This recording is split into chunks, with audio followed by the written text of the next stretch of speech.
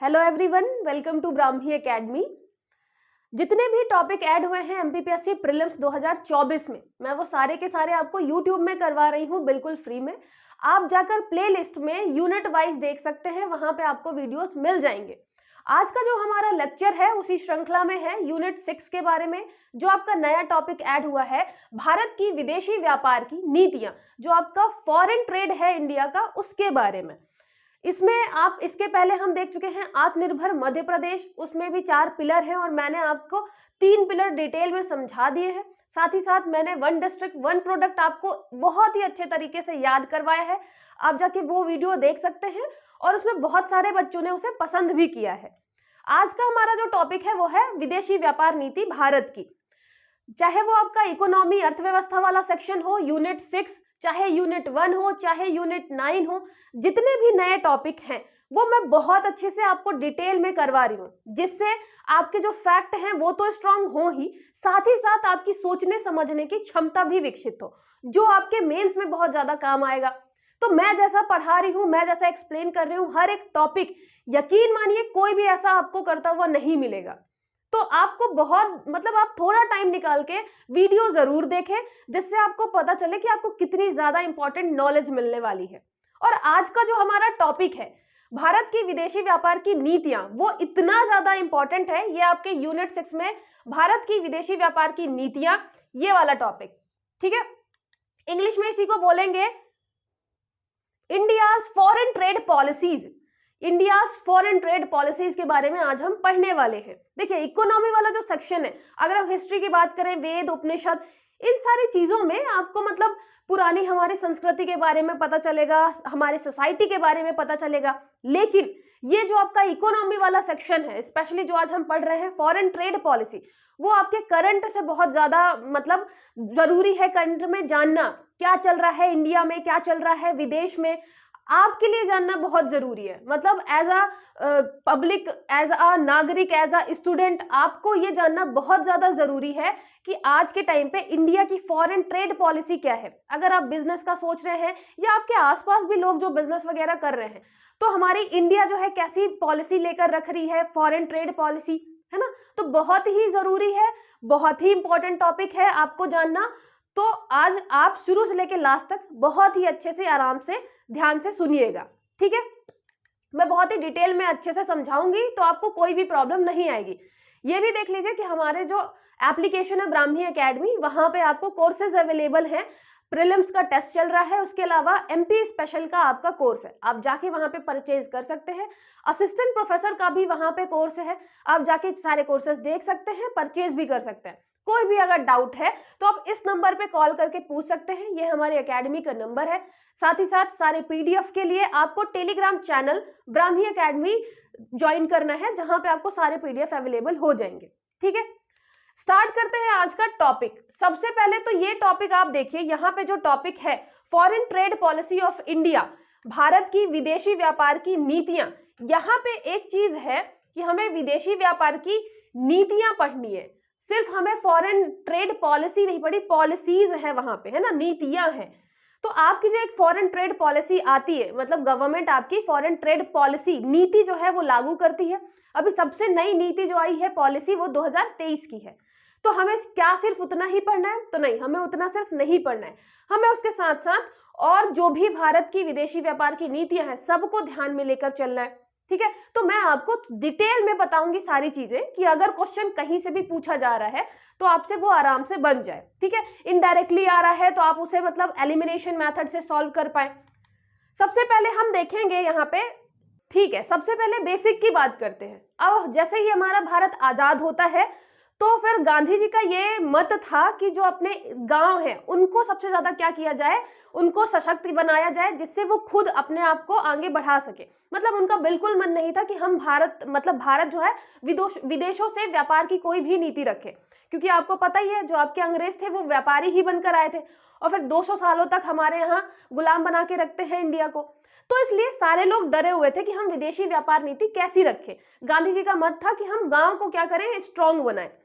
आपके जो सरदार पटेल जी थे उनका मत था कि हमें मिक्स्ड इकोनॉमी रखनी चाहिए। उसके अलावा आपका बॉम्बे प्लान आता है, विश्वेश्वरैया जी की रिपोर्ट्स आती हैं। लास्ट में ये होता है कि हम लाइसेंस राज रखते हैं, जिसमें आपको अगर कोई भी चीज ओपन करनी है, छोटी सी फैक्ट्री कुछ भी ओपन करना है, तो आपको बहुत सारे लाइसेंसेस लेने पड़ते थे अलग अलग डिपार्टमेंट से। तो बहुत लंबे टाइम तक आपके नेहरू जी, फिर इंदिरा गांधी, एक बहुत लंबे टाइम तक आपका क्या चलता है, लाइसेंस राज चलता है। पहली बार 1985 में 85 में कौन था आपके, राजीव गांधी।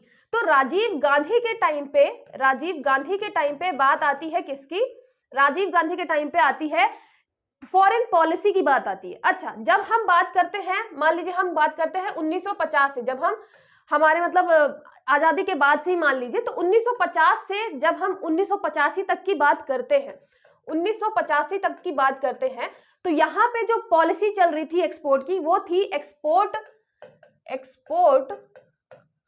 Substitution policy. अब यहां पे मैं आपको कुछ शब्द बता दूं। एक्सपोर्ट मतलब आपका निर्यात, हम भेज रहे हैं बाहर। इंपोर्ट मतलब आयात, मंगा रहे हैं अपने यहाँ, ठीक है, आ रहा है हमारे यहाँ आयात। तो ये जो इंग्लिश वाले शब्द हैं, एक्सपोर्ट हम निर्यात कर रहे हैं, इंपोर्ट हम मंगा रहे हैं। क्योंकि मैं बार बार हिंदी और इंग्लिश बोल नहीं पाऊंगी, और अगर आप समझ नहीं पाते हैं तो बीच में क्या होगा, आपको फिर समझ नहीं आएंगी चीजें कि मैं बताना क्या चाह रही हूँ। तो जब भी मैं एक्सपोर्ट बोलूं, मतलब मैं निर्यात की बात कर रही हूँ, बाहर भेजने की बात कर रही हूँ। जब भी मैं बोल रही हूँ इंपोर्ट, आई जिसमें लगा हुआ है, इंपोर्ट मतलब मैं आयात की बात कर रही हूँ, मंगाने की बात कर रही हूँ, ठीक है। तो फिर यहाँ बात आती है 1950 से लेके 1985 तक, लगभग आप मान के चल सकते हैं इस टाइम पे एक तो हमारा चल रहा था लाइसेंस राज। कोई भी आपको फैक्ट्री खोलनी है, कोई भी चीज आपको बिजनेस करना है, बहुत सारे लाइसेंस लेने पड़ते थे अलग अलग डिपार्टमेंट से, ठीक है। उसके अलावा अगर हम विदेशी व्यापार की बात करें, विदेशी व्यापार कैसा था, तो हमारे यहाँ एक्सपोर्ट सब्स्टिट्यूशन पॉलिसी चल रही थी। मतलब इसका क्या है, हम जो भी चीजें आयात करते थे तो उसके लिए हमें क्या देना पड़ता था, अमेरिकी डॉलर। आपको पता है कि विश्व में व्यापार करने के लिए मैक्सिमम जो देश हैं वो अमेरिकी डॉलर का उपयोग करते हैं। अब मैं बहुत डिटेल में नहीं जाऊंगी, मैं ये समझकर चल रही हूं कि आप जो भी भावी हमारे डिप्टी कलेक्टर है उन्हें थोड़ा बेसिक पता है, ठीक है। तो पूरे वर्ल्ड में आपका चल रहा है अमेरिकी डॉलर। हमें भी व्यापार करना है तो हमें भी चाहिए विदेशी डॉलर, है ना, आपका अमेरिकी डॉलर चाहिए। तो जो हम अमेरिकी डॉलर कैसे करेंगे, जब हम अपना सामान बेचेंगे और वो हमें डॉलर में पे करेंगे, तब हमारे पास डॉलर आएगा। तो हम क्या करते थे, हम वहां पे मतलब हमें क्या चाहिए, सामान खरीदने के लिए डॉलर चाहिए, इसीलिए हम उतना ही एक्सपोर्ट करते थे, हम उतना ही निर्यात करते थे, अपना सामान बेचते थे जितना हम आयात करते थे। आप समझ रहे हैं, क्योंकि हमें क्या चाहिए, आयात करने के लिए हमें चाहिए, कोई भी चीज मंगाने के लिए हमें क्या चाहिए, हमें चाहिए अमेरिकी डॉलर। डॉलर कब मिलेगा, जब हम सामान अपना बेचेंगे तो वो हमें डॉलर में पे करेगा, है ना, क्योंकि विदेश में हम कोई चीज बेचेंगे तो रुपए में तो वो हमें देगा नहीं, उसके पास तो डॉलर होगा, क्योंकि पूरे वर्ल्ड में डॉलर चल रहा है। तो हम आयात जितना करते थे उसी का सब्स्टिट्यूट करने के लिए, बराबर करने के लिए हम क्या करते थे, हम निर्यात करते थे, ठीक है। तो हमारा ये बिल्कुल फोकस नहीं रहता था कि हम ज्यादा से ज्यादा निर्यात करें, हमें ज्यादा से ज्यादा डॉलर मिले, नहीं, हमारा मेन फोकस रहता था कि भाई हमें जितना आयात करना है उतने के लिए हमें चाहिए डॉलर, मतलब आपका अमेरिकी रुपया चाहिए, जो भी अमेरिकी रुपया मतलब वहां डॉलर चलता है, तो अमेरिकी डॉलर चाहिए, अमेरिकी डॉलर चाहिए तो हमें उतना ही निर्यात करना पड़ेगा, बेचना पड़ेगा, ठीक है। तो ये चल रहा था एक्सपोर्ट सब्स्टिट्यूशन पॉलिसी, हम उतना ही एक्सपोर्ट कर रहे थे जितना आपका इंपोर्ट के लिए सब्स्टिट्यूट हो जाए, है ना, मतलब बराबर हो जाए आपका, इतना कर रहे थे।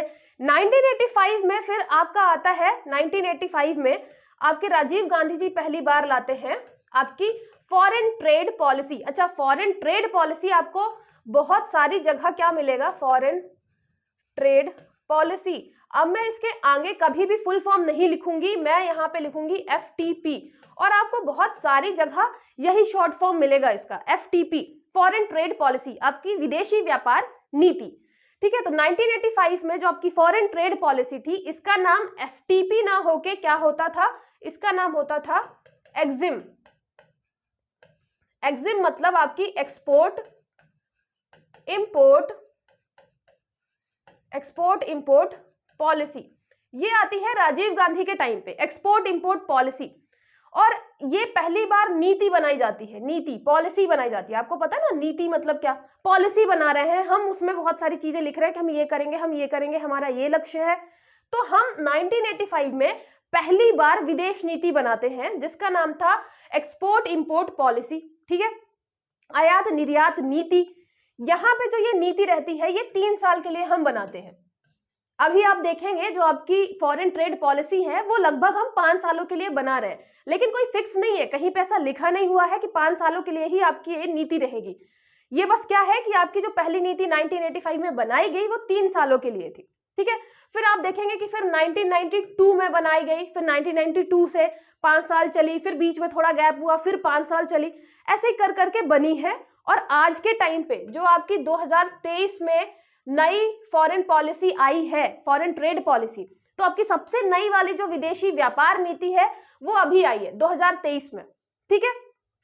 वैसे आनी चाहिए थी उसको 2020 में, क्योंकि आपकी पुरानी वाली 2020 में खत्म हो जाती है, लेकिन कोविड आ गया, फिर कोविड के बाद आपको पता है यूक्रेन रशिया वॉर हो गया, तो वो अभी 20 वाली जो है 2 साल और खिंच गई, और 2023 में जाके अभी सबसे क्या आई है, आपकी नई विदेशी व्यापार नीति आई है। विदेशी व्यापार नीति, भारत की विदेशी व्यापार नीति 2023 में आई है। ये याद रखिएगा, ये 7th नंबर की है, इसके पहले 6 आ चुकी हैं टोटल, ये 7th नंबर की है, ठीक है।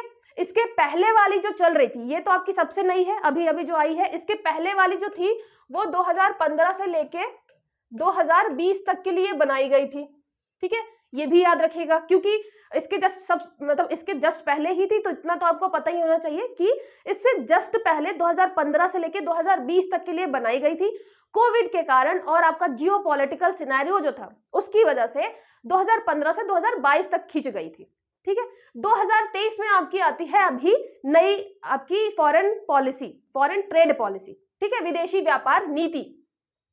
1992 से स्टार्ट हुई थी, पहली बार आई थी 1985 में राजीव गांधी के टाइम पे, जब हम बोलते थे एक्सपोर्ट इंपोर्ट पॉलिसी, ठीक है, निर्यात आयात नीति। अब हम बोलते हैं फॉरेन ट्रेड पॉलिसी, FTP, ठीक है। इतना समझ में आया आपको? फिर बात करते हैं, सबसे पहले तो यही बात करते हैं कि जो आपकी नई आपकी विदेश व्यापार नीति है, जो आपकी ये नई विदेश व्यापार नीति है, ठीक है, ये जो आपकी सबसे नई विदेश व्यापार नीति है 2023 की, तो इसमें क्या क्या चीजें आपको पढ़नी है, ठीक है। तो इसमें हमें क्या क्या पढ़ना है, अच्छा, जब मैं पूरी आपको प्रोसेस बता रही थी तो मैंने आपको बताया नहीं, 1985 में भी हम क्या कर रहे थे, हम एग्जाम लेके चल रहे थे। फिर 1992 में क्या होता है, आपको भी पता है कि हमारे यहाँ के जो फॉरेन रिजर्व था, जो आपका फॉरेन रिजर्व है हमारे यहाँ का, वो हो जाता है कि अब लास्ट क्या, मतलब हमारे पास सिर्फ उतना ही रिजर्व बचा हुआ है जिससे हम 3-4 दिन चला सकते हैं।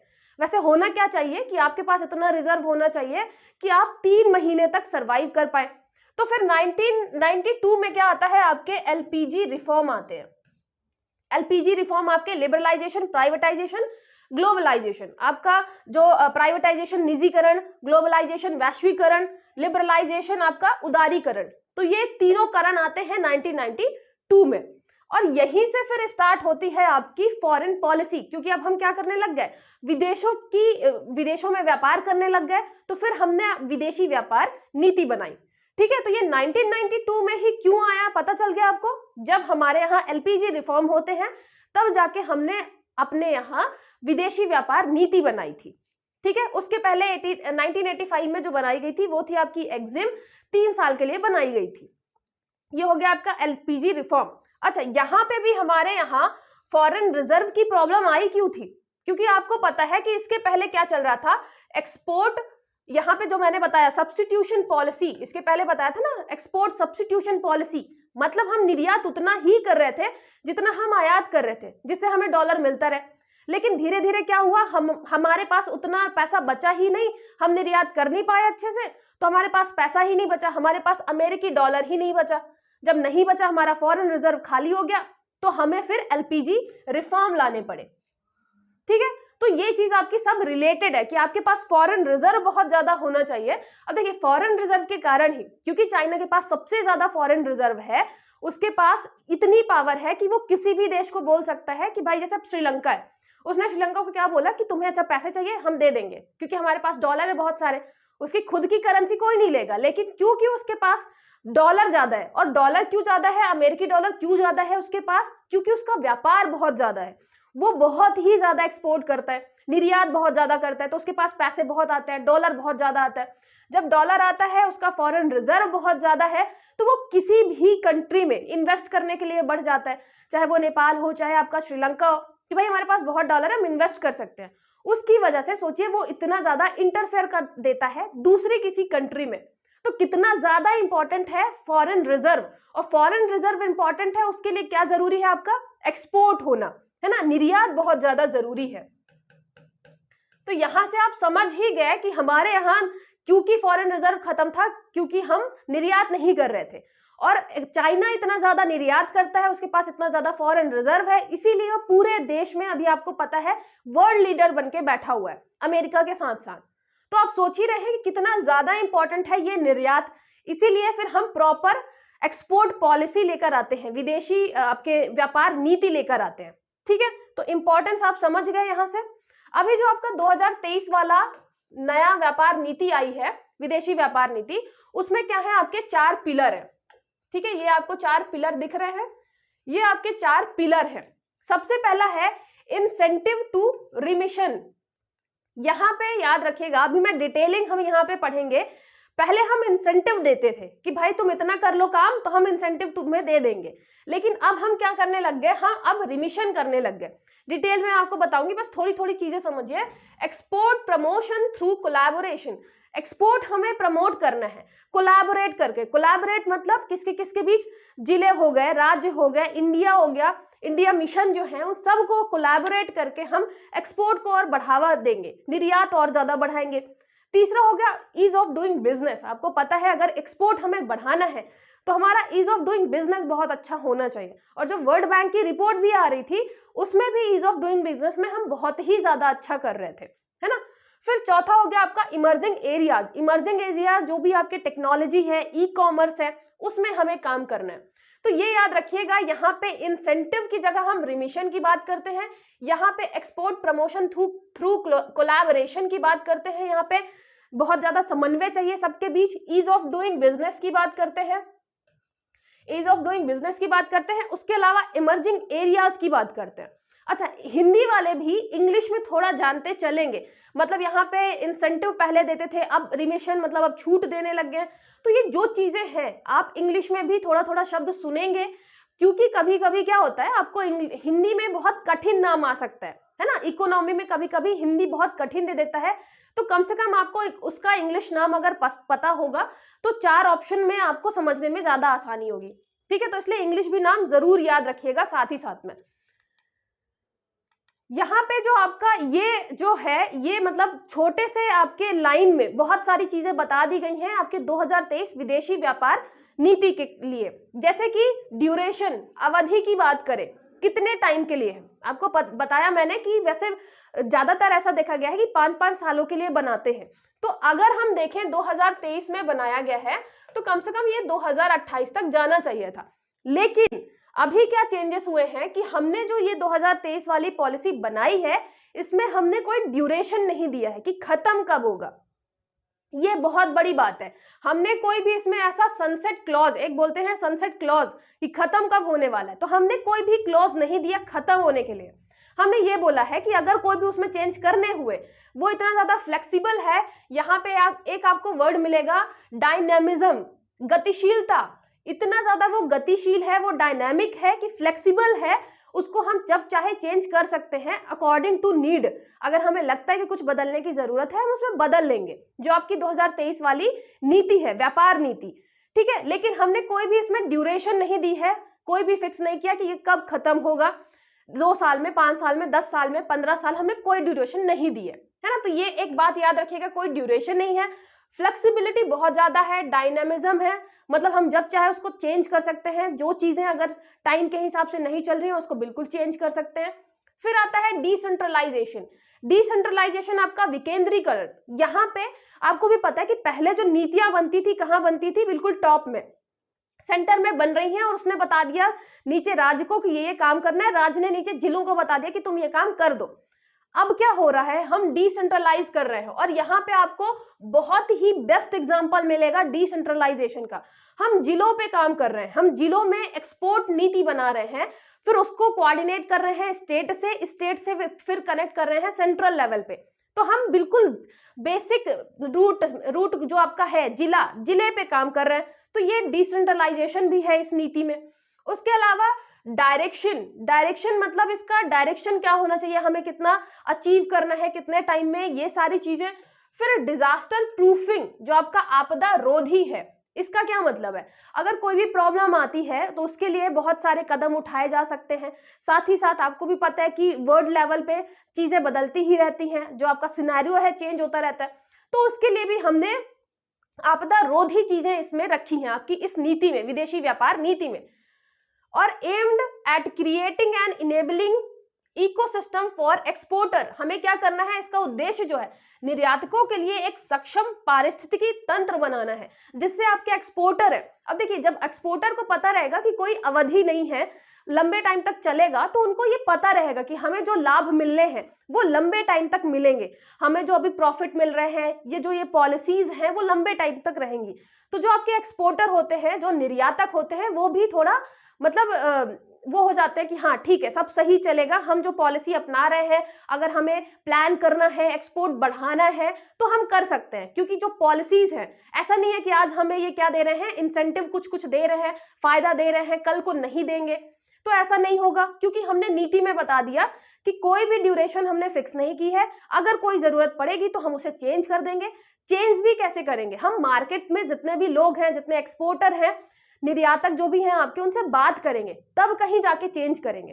ठीक है, तो ये बहुत अच्छी हो गई किसके लिए, जो आपके निर्यातक हैं, जो एक्सपोर्टर हैं, उनके लिए बहुत अच्छी बात हो गई। तो आपने देखा कि 4 पिलर हो गए। उसके बाद हमने फिर क्या किया है, ड्यूरेशन फिक्स नहीं की है, डायनामिक है, चेंज हो सकता है, डिसेंट्रलाइजेशन की बात की है, एक डायरेक्शन की बात की है, उसके अलावा डिजास्टर प्रूफिंग की भी बात की है कि अगर कोई प्रॉब्लम आती है तो हम कैसे डिजास्टर प्रूफिंग उसकी करेंगे, आपदा रोधी। ठीक है, फिर सबसे पहली बात आती है लक्ष्य क्या रखा गया है। तो लक्ष्य क्या क्या रखा गया, सबसे पहले लक्ष्य माल और सेवा क्षेत्रों के समान योगदान के साथ 2030 तक भारत के कुल निर्यात को 2 ट्रिलियन अमेरिकी डॉलर तक बढ़ाना है। जो आपका गुड्स एंड सर्विसेज है, government aims to increase India's overall export to $2 trillion by 2030। हमें 2030 तक 2 ट्रिलियन एक्सपोर्ट बढ़ाना है, 2 ट्रिलियन तक पहुंचना है ना। जो आपका विदेशी व्यापार है उसका योगदान कितना होना चाहिए, 2 ट्रिलियन का, 2 ट्रिलियन अमेरिकी डॉलर। ठीक है, ये भी याद रखिएगा, अमेरिकी डॉलर की बात कर रहे हैं, रुपये की बात नहीं कर रहे हैं। 2 ट्रिलियन अमेरिकी डॉलर, और जिसमें माल और सेवा, गुड्स एंड सर्विसेज दोनों का। ऐसे मान लीजिए कि गुड्स जो है, जो आपका माल है वो 1 ट्रिलियन का दे दे फायदा, और जो आपका सेवा है वो 1 ट्रिलियन का निर्यात हो जाए उसका। ठीक है, equal contribution from merchandise and services sector. जो आपका मर्चेंडाइज मतलब आपका जो गुड्स वाला पूरा पार्ट है वो मर्चेंडाइज में आएगा, जो सर्विसेज है वो आपका सेवा में आएगा। ठीक है, तो हमें दोनों को मिला के जो आपका निर्यात है, जो एक्सपोर्ट है, उसको कितना पहुंचाना है, 2 ट्रिलियन। ठीक है, याद रखिएगा, ऐसे ही क्वेश्चन आपके प्रीलिम्स में बन सकते हैं। हमारा एम कितना है, साथ ही साथ हमें क्या करना है, सीमा पार व्यापार में भारतीय मुद्रा के उपयोग को प्रोत्साहित करना है। सीमा पार मतलब जो आपका government also intend to encourage the use of Indian currency in cross border trade. जैसे कि हमारा India Nepal, India Bhutan, India Sri Lanka, यहाँ पे जो है हमारी रुपी यूज हो। आपको पता है जितना ज्यादा से ज्यादा हमारी करेंसी किसी और कंट्री में यूज होगी, हमारी रुपी जो है वो स्ट्रांग बनेगी, है ना। मैं बहुत ज्यादा इकोनॉमी वाले डिटेल में नहीं जा रही हूँ, बस इतना समझिए कि जितना ज्यादा हमारी करेंसी एक्सेप्ट होगी, हम उनको, जैसे मान लीजिए नेपाल को कुछ खरीदना है तो हम उनको रुपया दे देंगे, ना कि हम डॉलर देंगे, क्योंकि डॉलर तो हमें मतलब कुछ बेचेंगे तब कहीं जाके मिलेगा, डॉलर तो हमारे यहाँ छपता नहीं है, वो अमेरिका की करेंसी है। इसीलिए अगर हम रुपए में कोई चीज आदान प्रदान करते हैं, कोई चीज आयात निर्यात करते हैं किसमें, हम रुपए में, तो हमें बहुत ज्यादा फायदा होगा। इसीलिए हम क्या कर रहे हैं, हम फोकस कर रहे हैं कि जो आपका क्रॉस बॉर्डर ट्रेड है वो किसमें हो, वो रुपए में हो, जिससे हमारा रुपए जो है वो बहुत ज्यादा स्ट्रांग बने। उसके अलावा रुपए को वैश्विक मुद्रा बनाना, जैसे आपका जो डॉलर है, अमेरिकी डॉलर, पूरे वर्ल्ड में उसको एक्सेप्ट कर लेते हैं अमेरिकी डॉलर में, वो इतना स्ट्रांग है। सेम ऐसे ही हम रुपी को क्या बनाना चाहते हैं, ग्लोबल करेंसी बनाना चाहते हैं। और आप देखेंगे कि धीरे धीरे मतलब मिका सिंह ने शायद कतर के एयरपोर्ट में एक अपना वीडियो शेयर किया था कि एक टाइम था जब आपको मतलब डॉलर या फिर जो कतर की आपकी करेंसी है वही देना पड़ेगा, लेकिन आज के टाइम पे आपके गवर्नमेंट ने, मोदी जी ने इतना ज्यादा काम किया है कि कतर एयरपोर्ट में आपको जो वो एयरपोर्ट में रुपए से वो क्या कर रहे थे, अपना सामान खरीद रहे थे। तो हमारी जो करेंसी है, हमने अलग अलग देशों के साथ एग्रीमेंट करके अपनी करेंसी का यूज बढ़ा दिया है इंटरनेशनल लेवल पे। इससे क्या होगा, हमें जो हमारी रुपए है उसकी वैल्यू बढ़ेगी, उसको वैश्विक मुद्रा जो आपकी ग्लोबल करेंसी है वो बनाने में हेल्प मिलेगी। साथ ही साथ हमें क्या करना है, भारत को व्यापार केंद्र बनाना है। हमें मेकिंग इंडिया अ ट्रेड हब, जैसे आपका चाइना है ट्रेड हब है, वहां पे बहुत सारी चीजें हम क्या कर रहे हैं, ट्रेड कर रहे हैं। साथ ही साथ वो दुनिया में बहुत ज्यादा निर्यात करता है। सेम ऐसे ही भारत को हमें ट्रेड हब बनाना है। ये आपके 2023 जो व्यापार नीति है, विदेशी व्यापार नीति, उसका क्या है, ये गोल है, गोल्स एंड टारगेट्स। ठीक है, ये समझ में आया आपको। 7वें नंबर का है, 1985 में पहली बार आया था, 1992 से फिर चल रहा है। अभी इसके पहले 2015 से 2020 तक था, जो कि खींचकर 2022 तक चली गई थी नीति। अभी जो नीति है वो 2023 से चालू हुई है। एंड कब होगी हमने नहीं बताया है, हमने इसमें ड्यूरेशन की बात नहीं की है, हमने इसमें डिसेंट्रलाइजेशन की बात की है।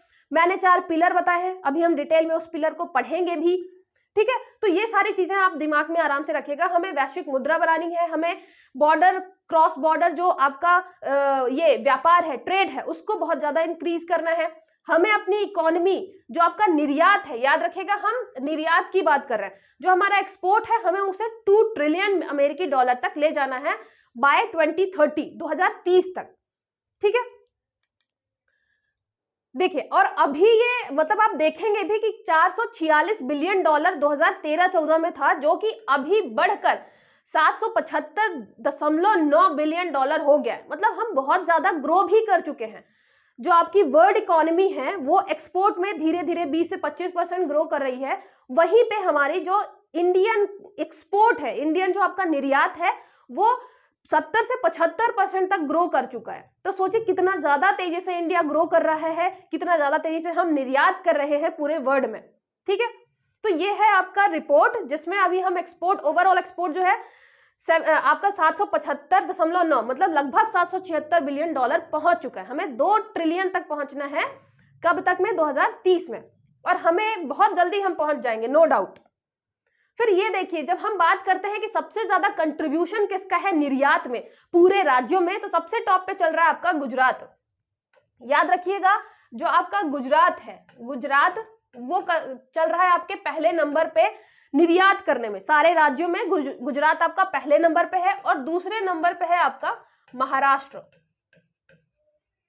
ठीक है, तो दूसरे नंबर पे है आपका महाराष्ट्र, पहले नंबर पे है गुजरात, जो राज्य हैं जो सबसे ज्यादा एक्सपोर्ट, निर्यात करते हैं। ठीक है, फिर बात करते हैं, यहाँ पे आपको नीति के प्रमुख दृष्टिकोण के 4 क्या मिलेंगे, स्तंभ मिलेंगे, जिसको भी वहां पे प्रॉब्लम आ रही थी कि इंग्लिश में लिखा है, आप हिंदी में भी आप पढ़ सकते हैं। सबसे पहले बात करते हैं हम प्रोत्साहन से छूट की ओर बढ़ना।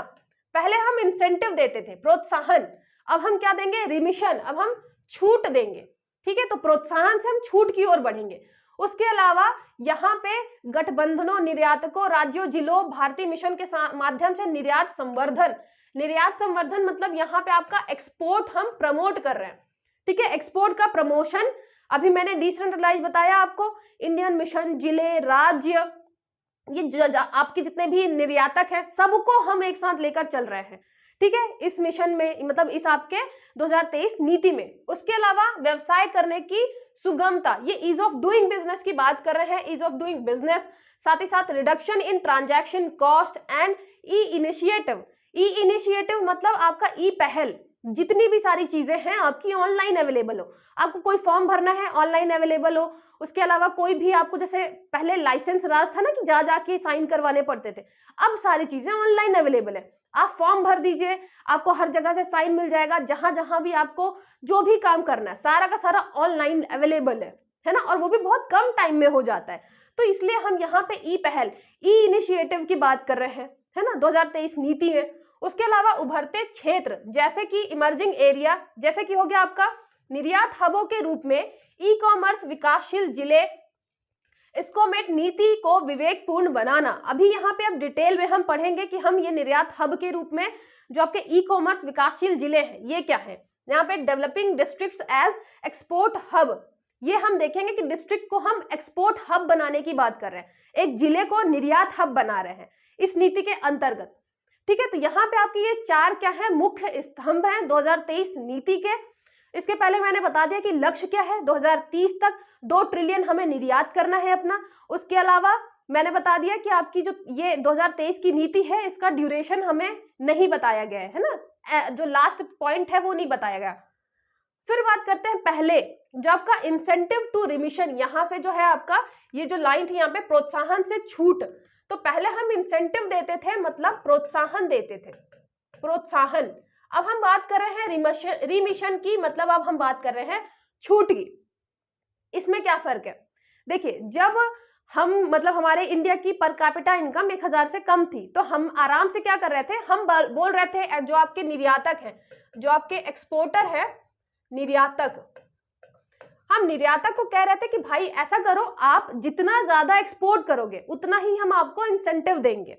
जैसे कि मान लीजिए आपने $100 का क्या किया, एक्सपोर्ट किया, तो जैसे ही आप $100 का एक्सपोर्ट करेंगे, निर्यात करेंगे, तो हम आपको $10 जो है वो क्या देंगे, प्रोत्साहन देंगे कि आपने अच्छा काम किया है, $10 हम इंसेंटिव देंगे। तो सीधे सीधे था कि भाई आपके 110 रुपए हो गए टोटल, आपकी जो कॉस्ट थी, जो भी एक्सपोर्टर है उसकी जो कॉस्ट आनी थी वो $10 से कम हो गई, तो थोड़ा कम में बेच लेगा, थोड़ा कम में बेच लेगा तो उसको फायदा ज्यादा होगा, है ना, वर्ल्ड लेवल पे उसको वो कम में बेचेगा तो उसकी मार्केट में डिमांड बढ़ेगी, लोग ज्यादा खरीदेंगे तो उसको फायदा ज्यादा होगा। इससे प्रॉब्लम किसको हुई, इससे प्रॉब्लम हुई जो आपके विकसित देश हैं, अमेरिका जैसे लोगों को। अमेरिका गया WTO, उसने WTO में बोला कि भाई जो आपका इंडिया है वो ऐसे सीधे सीधे छूट नहीं दे सकता, प्रोत्साहन नहीं दे सकता। इंसेंटिव जो ये $10 दे रहा है, ये मैं बस एग्जांपल लेके बता रही हूँ आपको, जितना भी वो इंसेंटिव दे रहा है डायरेक्टली कि आप इतना बेचो तो हम उतना ही आपको इंसेंटिव देंगे, वो नहीं दे सकता।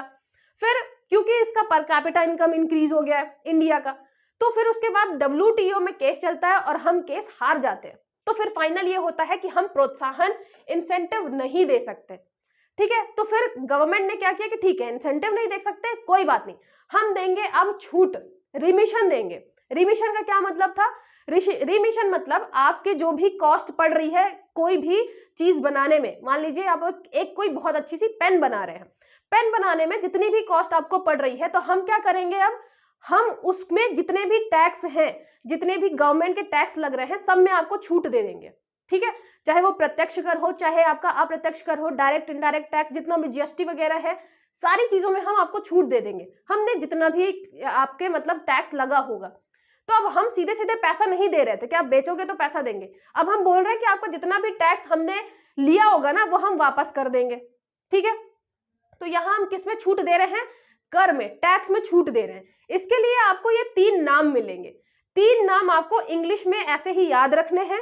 इन 3 नामों में आपको कुछ कुछ चीजें याद रखनी है, जैसे पूरा अगर नहीं याद होता तो आप बस याद कर लीजिए RODTEP अगर फुल फॉर्म आता है तो जब हमने छूट की बात करी तो सबसे पहला स्कीम आया remission of duty and taxes on export products scheme. यहाँ पे जो आपके एक्सपोर्ट प्रोडक्ट हैं उसमें हम रिमिशन छूट दे रहे हैं ड्यूटी में और टैक्सेस में।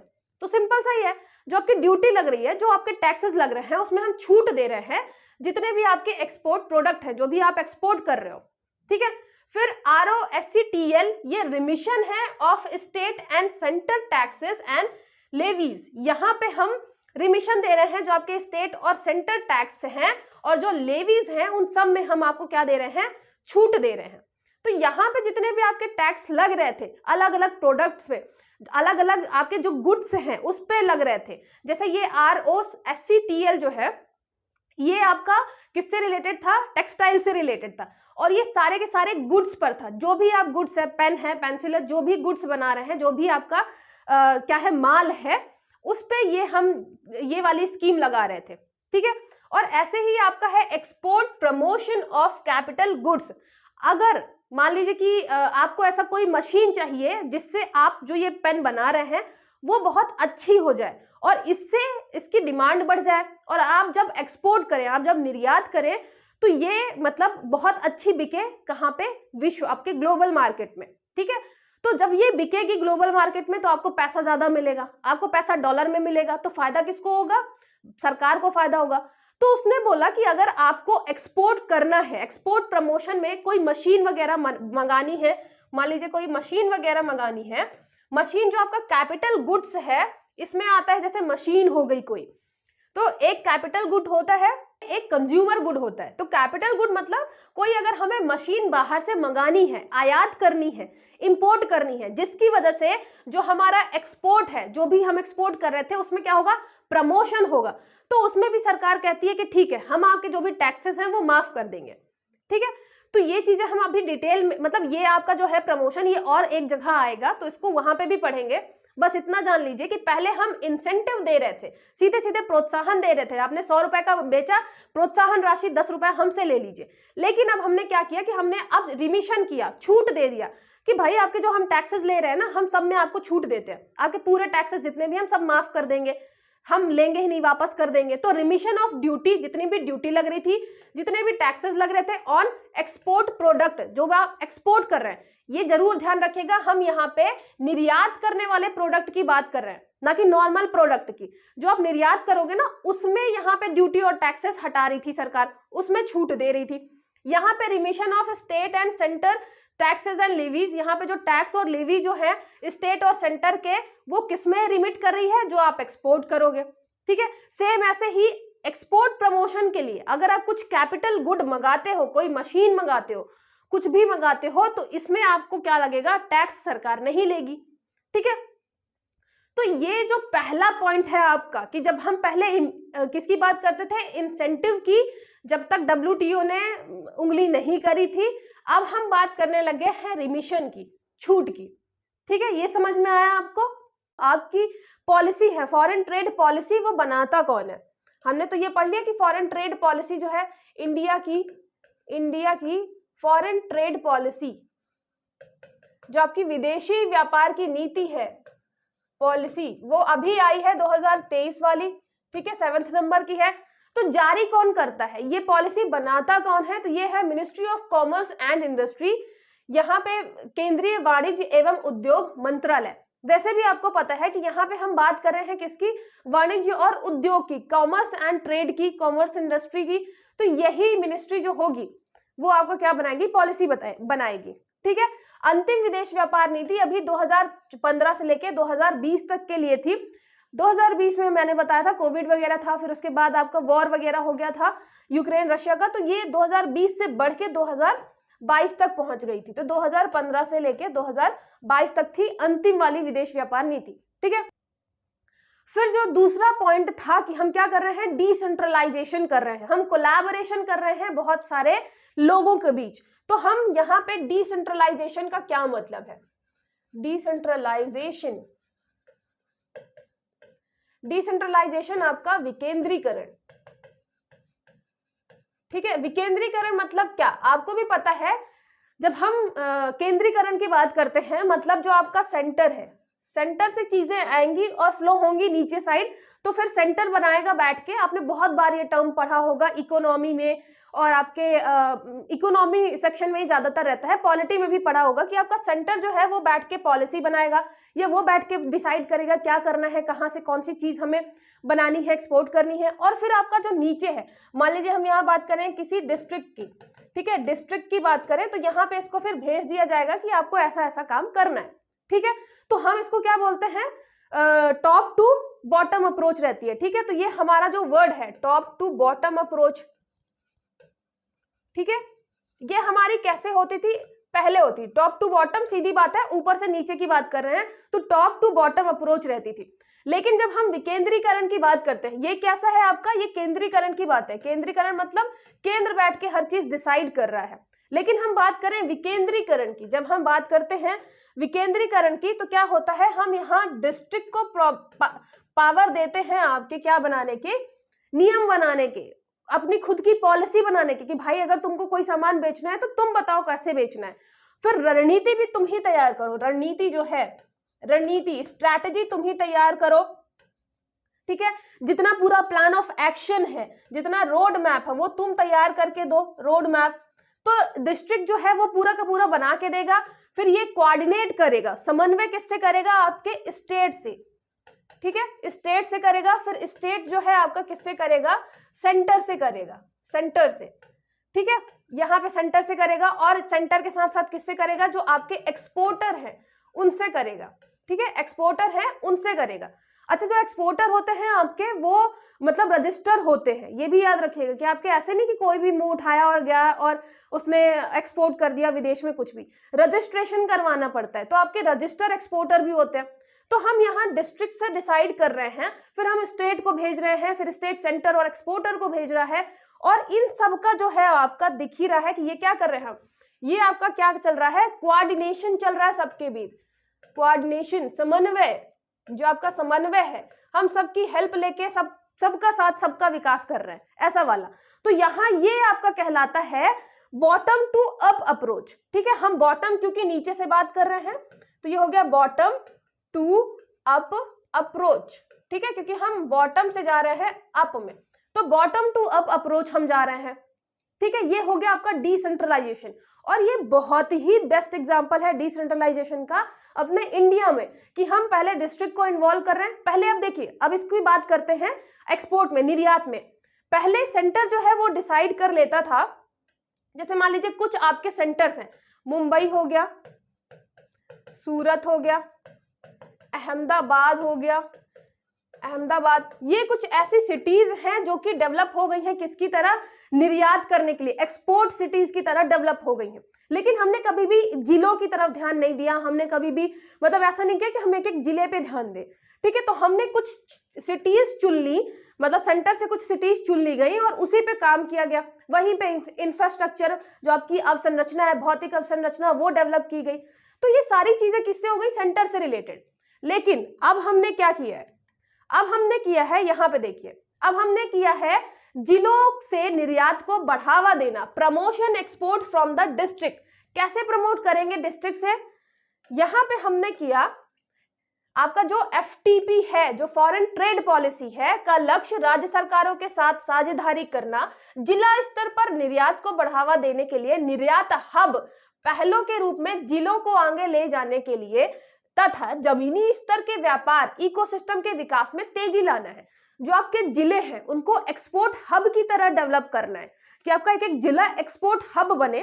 साथ ही साथ वहां पे हम क्या करेंगे, जमीनी स्तर पर हमें व्यापार का, ट्रेड का इकोसिस्टम डेवलप करना है। इकोसिस्टम मतलब क्या, वहां पे लेबर हो, वहां पे इलेक्ट्रिसिटी हो, वहां पे लैंड इजिली अवेलेबल हो जाए, वहां पे इंफ्रास्ट्रक्चर हो, रोड हो, ट्रांसपोर्टेशन की व्यवस्था हो, ये सारी चीजें हो। तो हम क्या कर रहे हैं, हर एक जिले को हम डेवलप कर रहे हैं एक्सपोर्ट हब की तरह, और साथ ही साथ वहां पे हम इकोसिस्टम पूरा डेवलप करेंगे ट्रेड के लिए। जिला स्तर पर निर्यात योग्य उत्पादों और सेवाओं की पहचान करने, मतलब सबसे पहले तो हम क्या करेंगे, डिस्ट्रिक्ट लेवल पे जो आपके निर्यात योग्य उत्पाद और सेवा हैं, जो आपके एक्सपोर्ट करने के लिए हमारे गुड्स और सर्विसेज हैं, उसकी पहले हम पहचान करेंगे, आइडेंटिफाई करेंगे। उसके मुद्दों का समाधान करने के प्रयास संस्थागत तंत्र के जरिए किए जाएंगे। मतलब यहाँ पे आप देखेंगे कि ग्रास रूट लेवल पे acceleration the development of grass root trade ecosystem, effort to identify export worthy products, जितने भी एक्सपोर्ट वर्दी प्रोडक्ट्स हैं उनको आइडेंटिफाई करेंगे। उसके प्रोडक्ट एंड सर्विसेज, मतलब इसमें आपका याद रखिएगा, हम जो आपका माल है, मतलब जो आपका उत्पाद है और सेवा है, गुड्स एंड सर्विसेज, दोनों को लेकर चल रहा है ना। तो वर्दी प्रोडक्ट एंड सर्विसेज जो हैं उनको आइडेंटिफाई करेंगे एंड रिजॉल्व करेंगे concern at the district level. कोई अगर कंसर्न होगा उनको लेकर कि ये प्रॉब्लम है, वो प्रॉब्लम है, कुछ भी दिक्कत होगी, उसको हम क्या करेंगे, रिजॉल्व करेंगे। Will be made through an institutional mechanism. और ऐसा नहीं है कि मतलब हम 2-4 लोगों को पकड़ लेंगे और बोलेंगे कि यार तुम्हारे जिले में ये प्रोडक्ट अच्छा है, ऐसा करो, इसको हम एक्सपोर्ट करना चालू करते हैं। नहीं, उसके लिए हम पूरा एक सिस्टम बनाएंगे। हम एक इंस्टीट्यूशनल, जो आपका संस्थागत तंत्र है, पूरा एक इंस्टीट्यूशन बनाएंगे जो हर चीज देखेगा कि प्रॉब्लम क्या है, सॉल्यूशन क्या कर सकते हैं, उसके साथ साथ मुद्दों का फिर समाधान करेंगे, ठीक है, रिजॉल्व करेंगे जो भी कंसर्न होंगे। Institutional mechanism, state export promotion committee बनेगी, district export promotion committee at the state and district level. यहाँ पे हम संस्थागत जो आपके तंत्र बनाने की बात कर रहे हैं, जिसमें राज्य निर्यात संवर्धन समिति, जिला निर्यात संवर्धन समिति क्रमशः राज्य और जिला स्तर पर होंगे। तो हम जो संस्थागत बनाए, अब आपको भी पता है कि अगर हमें कोई चीज प्रमोट करनी है, कोई चीज अच्छी बनानी है, तो सबसे पहले तो यही है कि भाई आप सबसे पहले एक ऐसा तंत्र बनाइए, एक ऐसा संस्थागत तंत्र, मतलब एक इंस्टीट्यूशन ऐसा बनाइए, एक कोई संस्था ऐसी बनाइए जो इन सब चीजों के बारे में देखे। कोई भी प्रॉब्लम है तो आप वहां जाके बोल पाए। जैसे कि हम बात कर लें कि अगर कंज्यूमर को कोई प्रॉब्लम है तो वो कंज्यूमर कोर्ट जा पाए, तो आप कंज्यूमर कोर्ट बनाते हैं। सेम ऐसे ही अगर हमें एक्सपोर्ट में प्रॉब्लम हो रही है तो हमें क्या बनाना पड़ेगा, हमें एक संस्था बनानी पड़ेगी, हमें एक इंस्टीट्यूशन बनाना पड़ेगा। तो हमने 2 इंस्टीट्यूशन बनाने की बात करी। एक का नाम है आपके डिस्ट्रिक्ट लेवल, यहाँ पे स्टेट एक्सपोर्ट प्रमोशन कमिटी, एक है स्टेट एक्सपोर्ट प्रमोशन कमिटी, एक है डिस्ट्रिक्ट एक्सपोर्ट प्रमोशन कमिटी। ये शॉर्ट फॉर्म जो है आपके, ये याद रखिएगा, है ना। डिस्ट्रिक्ट पे है एक्सपोर्ट प्रमोशन, डिस्ट्रिक्ट पे है एक्सपोर्ट प्रमोशन कमिटी, एक है स्टेट लेवल पे एक्सपोर्ट प्रमोशन कमिटी। आप हिंदी और इंग्लिश दोनों याद रखिएगा, जो हिंदी मीडियम वाले हैं। निर्यात संवर्धन, ये प्रमोशन है, संवर्धन, एक्सपोर्ट मतलब हो गया निर्यात, जिला और डिस्ट्रिक्ट समझ में आ ही रहा है आपको, ठीक है। तो जिला निर्यात संवर्धन समिति आपके डिस्ट्रिक्ट लेवल पे एक्सपोर्ट को प्रमोट करने की बात की जा रही है। तो हम 2 संस्थाओं की बात कर रहे हैं। कोई भी प्रॉब्लम है, कोई भी मुद्दा है, उसको क्या करेंगे, हम उसका समाधान करेंगे, ठीक है। फिर प्रत्येक जिले के लिए एक विशिष्ट निर्यात कार्य योजना तैयार की जाएगी। यहाँ पे जो आपका प्रमोशन डिस्ट्रिक्ट लेवल रिस्पेक्टिवली, यहाँ पे शायद 2nd पेज पे होगा, ठीक है। यहाँ पे एक स्पेशल निर्यात कार्य योजना, मतलब आपका जो एक्सपोर्ट करने के लिए पूरा का पूरा रोड मैप तैयार किया जाएगा। मैंने आपको बताया ना कि पहले हम संस्था बनाएंगे, कोई प्रॉब्लम होगी वो सॉल्व करेंगे, और वही आपका डिस्ट्रिक्ट लेवल पे क्या बनाएगा, पूरा का पूरा रोड मैप बनाएगा, ठीक है। उसके बाद तैयार की जाएगी, जिसमें पहचान किए गए उत्पाद और सेवाओं के निर्यात को बढ़ावा देने के लिए जिला विशिष्ट रणनीति की रूपरेखा बनाई जाएगी। कि पूरा का पूरा हम रोड मैप बनाएंगे कि कैसे उस गुड्स एंड सर्विसेज को जो हमने आइडेंटिफाई किया है कि इसका एक्सपोर्ट किया जा सकता है। अच्छा, इसमें ये चीज जरूर याद रखिएगा कि हम पूरे टाइम निर्यात की बात कर रहे हैं, एक्सपोर्ट करने की, तो हमें गुड्स एंड सर्विसेज हम ऐसे ही चूज करेंगे। मान लीजिए कानपुर है या लखनऊ है, तो हम वहां से कोई ऐसा ही सामान चूज करेंगे जिसका हम निर्यात कर सके, ठीक है।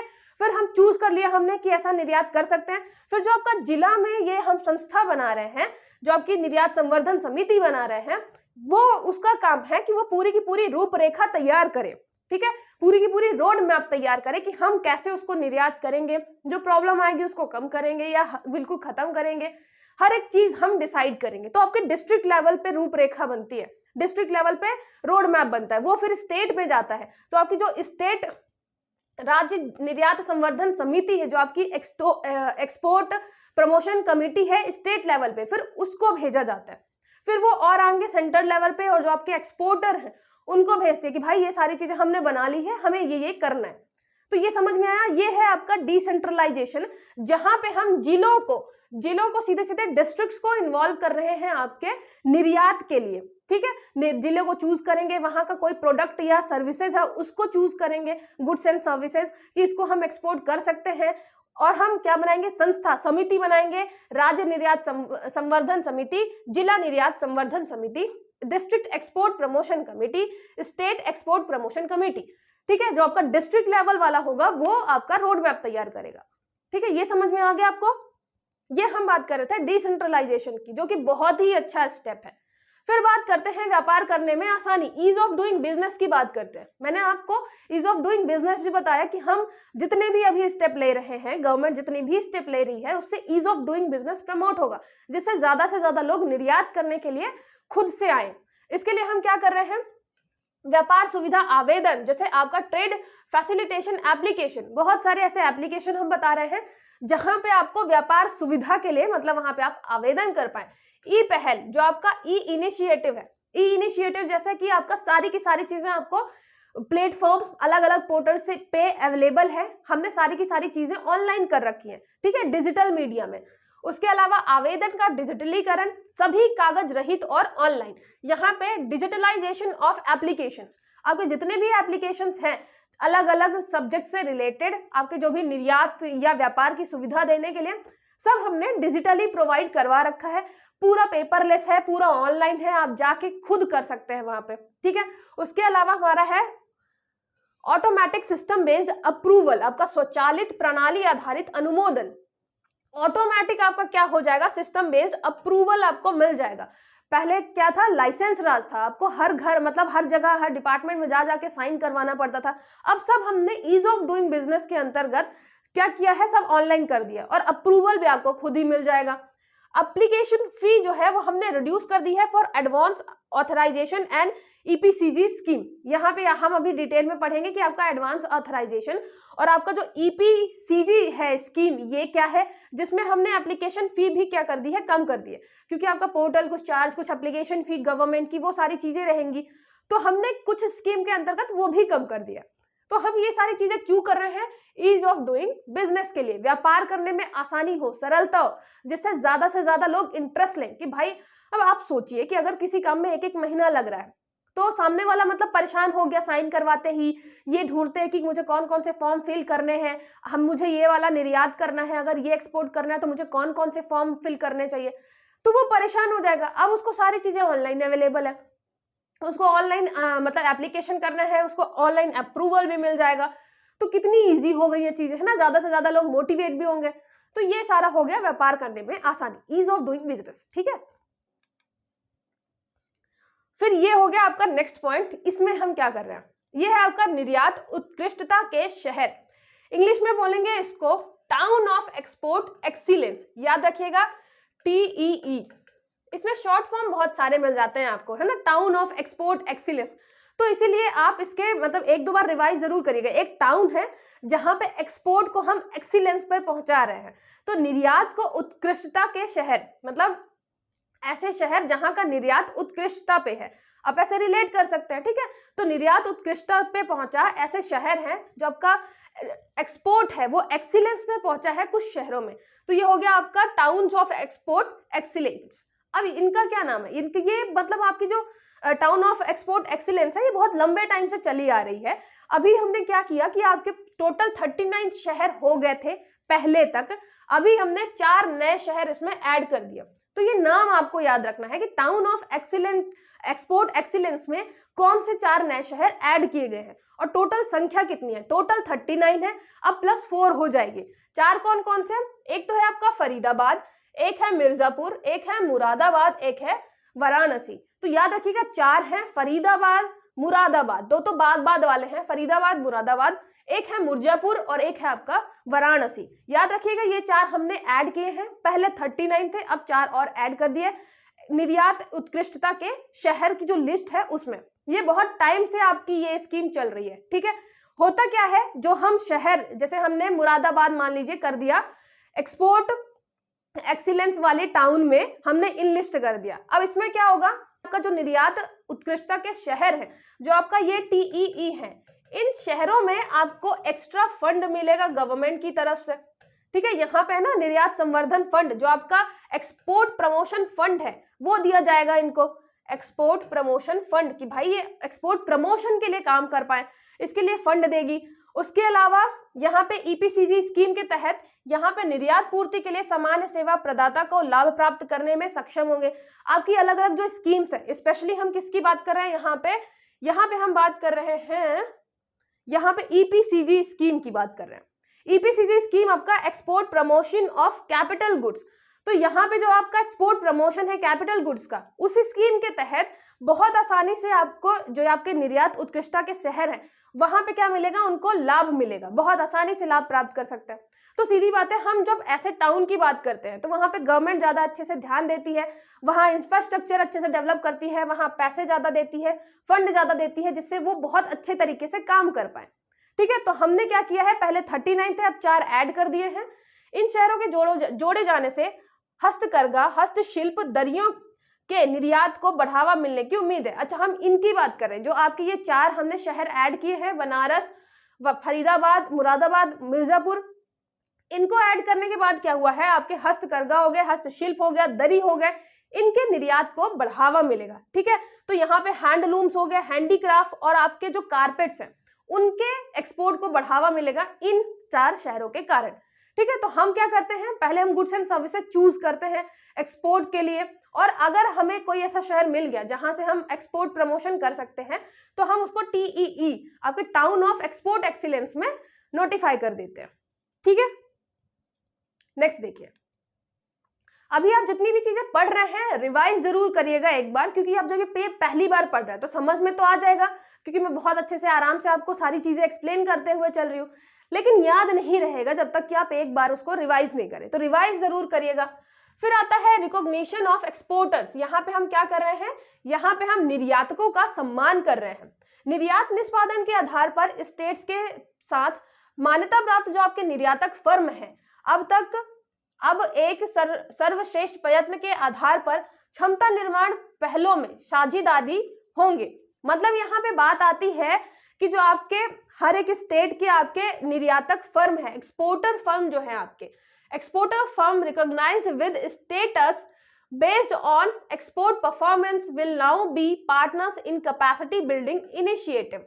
मतलब आपके जितने भी एक्सपोर्टर फर्म है जिनका स्टेटस जो है रिकॉग्नाइज्ड है, तो उनको क्या करना है, अब वो हमारे पार्टनर होंगे, गवर्नमेंट पार्टनर बनाएगी। 2023 आपकी जो विदेशी व्यापार नीति है उसके अंतर्गत क्यों बनाएगी, क्योंकि हम कैपेसिटी बिल्डिंग की बात कर रहे हैं, कैपेसिटी बिल्डिंग इनिशिएटिव। यहाँ पे हम क्या कर रहे हैं, क्षमता निर्माण की बात कर रहे हैं। क्षमता निर्माण जो पहल है उसमें साझेदारी करेगी, पार्टनरशिप करेगी।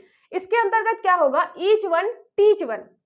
यहाँ पे हमने क्या किया है, यहाँ पे each one teach one initiative है, ये नाम याद रखिएगा, ईच वन टीच वन। बड़ा ही अच्छा कॉन्सेप्ट है। जैसे मैं किसी एक बच्चे को पढ़ाऊं, फिर वो एक बच्चा आगे पढ़ाए, वो शायद एक सलमान खान की एक जो जय हो शायद मूवी है जिसमें बोलता है आप मतलब आने वाले 10 लोगों को थैंक यू बोलो, या कुछ तो कॉन्सेप्ट ऐसा रहता है, एग्जैक्टली मुझे याद नहीं है। तो सेम ऐसा ही है, आप एक को पढ़ाओ वो आगे बढ़ाएगा, तो ईच वन टीच वन है ना। तो ईच वन टीच वन मतलब हर एक व्यक्ति को आगे बढ़ाएगा। तो ऐसे ही क्या होगा, हमारा कैपेसिटी बिल्डिंग होगी। जैसे कि मान लीजिए एक एक्सपोर्टर है, वो किसी सामने वाले को अपना बताता है, ज्ञान बताता है, सारी चीजें बताता है कि आप एक्सपोर्ट कैसे कर सकते हो, किन किन चीजों को कर सकते हो, किस चीज की डिमांड है अभी बाहर मार्केट में। तो वहां पे क्या कर रहे हैं हम, ईच वन, कोई एक आदमी टीच वन, किसी एक को बता रहा है।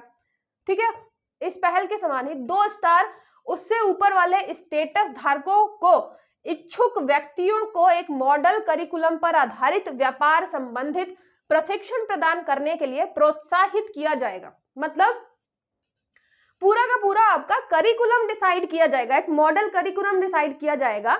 और जो आपके ईच वन टीच वन के अंतर्गत जो 2 स्टार, अब यहाँ पे ये भी याद रखिएगा कि जो आपके एक्सपोर्टर होते हैं, जो आपके एक्सपोर्टर फर्म होते हैं, उनको रैंक दी जाती है, 1 स्टार है, 2 स्टार है। जैसे आप होटल्स को देते हैं, रेस्टोरेंट को देते हैं कि ये 1 स्टार है कि 2 स्टार है, खाना अच्छा था नहीं था, सेम ऐसे ही एक्सपोर्टर फर्म जो होते हैं उनको भी यहाँ पे स्टेटस मिला होता है।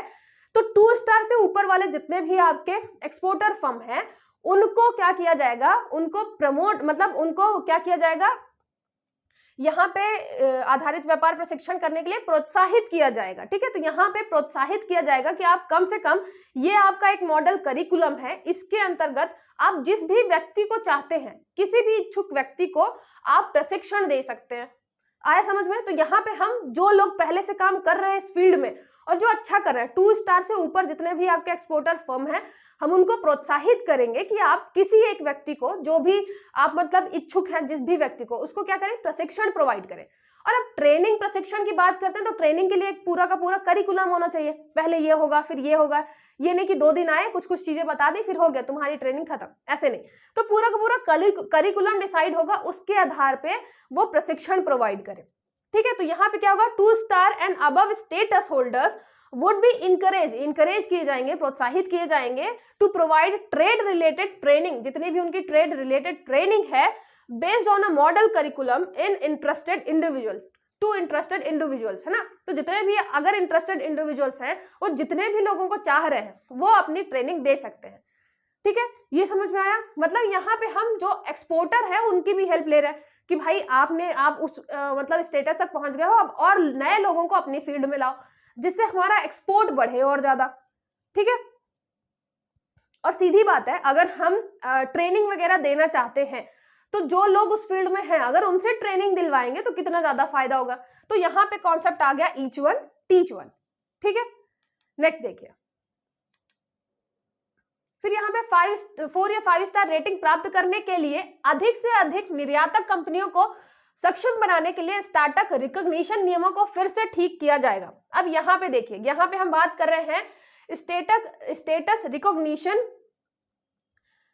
यहाँ पे ठीक है ये शायद दूसरा है। यहाँ पे स्टेटस रिकॉग्निशन नियम जो है आपके, मतलब जब मैंने बात की ना कि 2 स्टार 3 स्टार 4 स्टार 5 स्टार ऐसे आपके रिकॉग्निशन दिए जाते हैं एक्सपोर्टर फर्म को। तो ये मान लीजिए कि यहाँ पे जब हम नियमों में बदलाव की ठीक करने की क्या बात कर रहे हैं, आपको पता है कि सीबीएसई में आपके 100 नंबर मिल जाते हैं हर एक सब्जेक्ट में, है ना, बिल्कुल 100 आउट ऑफ 100 मिल जाते हैं। लेकिन अगर आप एमपी बोर्ड की बात करें, अगर आप एमपी बोर्ड की बात करें तो ऐसा बहुत ही कम होता है कि आपको हर एक पेपर, इवन कि हिंदी इंग्लिश तक में वो 100 आउट ऑफ 100 दे दे। तो इनका जो परसेंटेज रहेगा वो कम रहेगा। पढ़ाई में ऐसा नहीं कि ये अच्छे नहीं है, पढ़ाई में ये भी उतने ही अच्छे हैं, लेकिन फिर भी आप देखेंगे कंपैरेटिवली इनका परसेंटेज कम रहेगा, क्योंकि जो आपका चेक करने वाला टीचर है वो मतलब फुल नंबर नहीं देता। लेकिन सीबीएसई में जो आपके चेक करने वाले टीचर है फुल नंबर देते हैं। तो यहाँ पे जो आपका स्टूडेंट है, ये टैलेंट के ऊपर नहीं ये डिपेंड करता कि उसको पूरे नंबर मिलेंगे, ये इस पे भी डिपेंड करता है कि वो सीबीएसई में परीक्षा दे रहा है या एमपी बोर्ड में परीक्षा दे रहा है। सेम ऐसे ही इंजीनियरिंग कॉलेज में, गवर्नमेंट कॉलेज के जो बच्चे होते हैं उनके जो आपके सीजीपीए देखेंगे बहुत ही कम होता है, क्योंकि उनको प्रैक्टिकल्स में नंबर ही नहीं दिए जाते। उसके विपरीत आपके जो प्राइवेट कॉलेज के बच्चे होते हैं उनके मतलब इतना ज्यादा सीजीपीए होता है ना, 80+ 90+ बहुत आराम से, क्योंकि उनको पूरे नंबर मिलते हैं, है ना।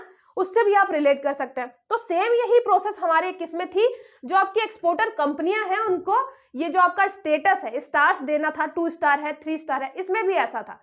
तो अब हमें क्या करना है, हमें ये थोड़े से नियमों में बदलाव करना है जिससे कि निर्यात बाजारों में बेहतर ब्रांडिंग अवसर प्राप्त हो सके।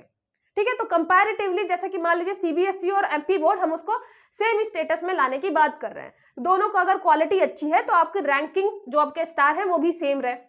तो ऐसे ही हम क्या करने वाले हैं, स्टेटस रिकॉग्निशन जो नियम है उसमें हम थोड़ा चेंज करने वाले हैं जिससे हमारी ब्रांडिंग हो सके। अब ये सोचिए कि कोई भी प्रोडक्ट है, अगर उसकी ब्रांडिंग हो जाती है, जैसे कि आपके इंटरनेशनल प्रोडक्ट्स हैं जितने भी, एप्पल हो गया या उसके अलावा मैं जितनी भी मतलब गूगल की कोई सर्विसेज हो गई तो सर्विसेज की बात कर ले, या फिर नाइकी वगैरह हो गया, कपड़े वगैरह की बात कर ले, शूज की बात कर ले, क्योंकि वो कंपनी के हैं, उनका मतलब बहुत ही ज्यादा डिमांड है, उनकी वैल्यू बहुत ज्यादा है।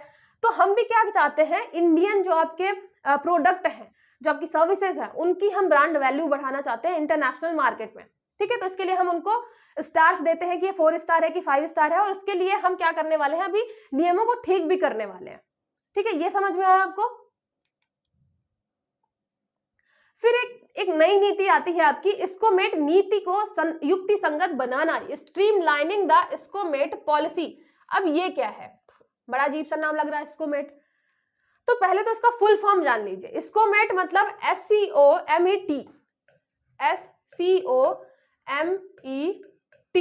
यहाँ पे जो S है वो है आपका विशेष रसायन, स्पेशल आपका जो केमिकल है ना, तो यहाँ पे ये लिखा हुआ है स्पेशल केमिकल हो गया S, C4 हो गया आपका SC मतलब स्पेशल केमिकल, तो ये SC स्पेशल केमिकल, O4 हो गया आपका ऑर्गेनिज्म मतलब आपके यहाँ पे जीव। ठीक है, M4 हो गया मटेरियल्स, ये M4 हो गया मटेरियल्स मतलब सामग्री। ठीक है, E4 हो गया इक्विपमेंट उपकरण, तो E4 हो गया उपकरण। T4 हो गया आपका टेक्नोलॉजीज मतलब आपकी प्रौद्योगिकी। तो फुल फॉर्म याद रखिएगा, कहीं कहीं पे लग आपका खराब रहा तो इसका फुल फॉर्म भी पूछ सकता है।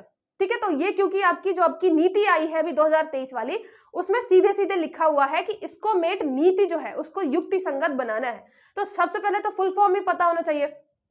SC मतलब स्पेशल केमिकल, O मतलब ऑर्गेनिज्म, M मतलब मटेरियल, E मतलब इक्विपमेंट, T मतलब आपका टेक्नोलॉजी।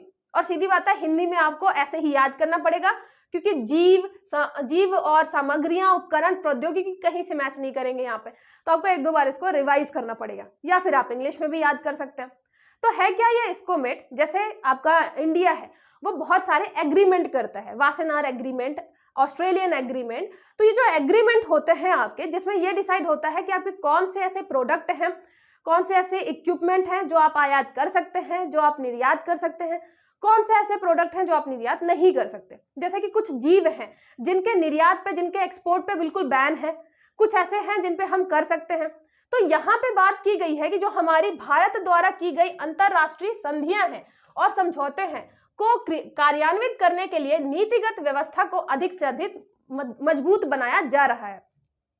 नीतिगत मतलब हम ऐसी पॉलिसी बना रहे हैं कि आपका जो इंटरनेशनल जितनी भी हमने पॉलिसी साइन करी हैं उनका इम्प्लीमेंटेशन अच्छे से हो। मान लीजिए हमने ऑस्ट्रेलियन जो ग्रुप है उसको साइन किया है, तो वहां पे हम जितनी भी चीजें हैं उसमें जो जो भी आपके टर्म्स रहते हैं उनको हम अच्छे से फॉलो करें। ये नहीं कि हमारे एक्सपोर्टर आए और कुछ भी बेचना उन्होंने चालू कर दिया।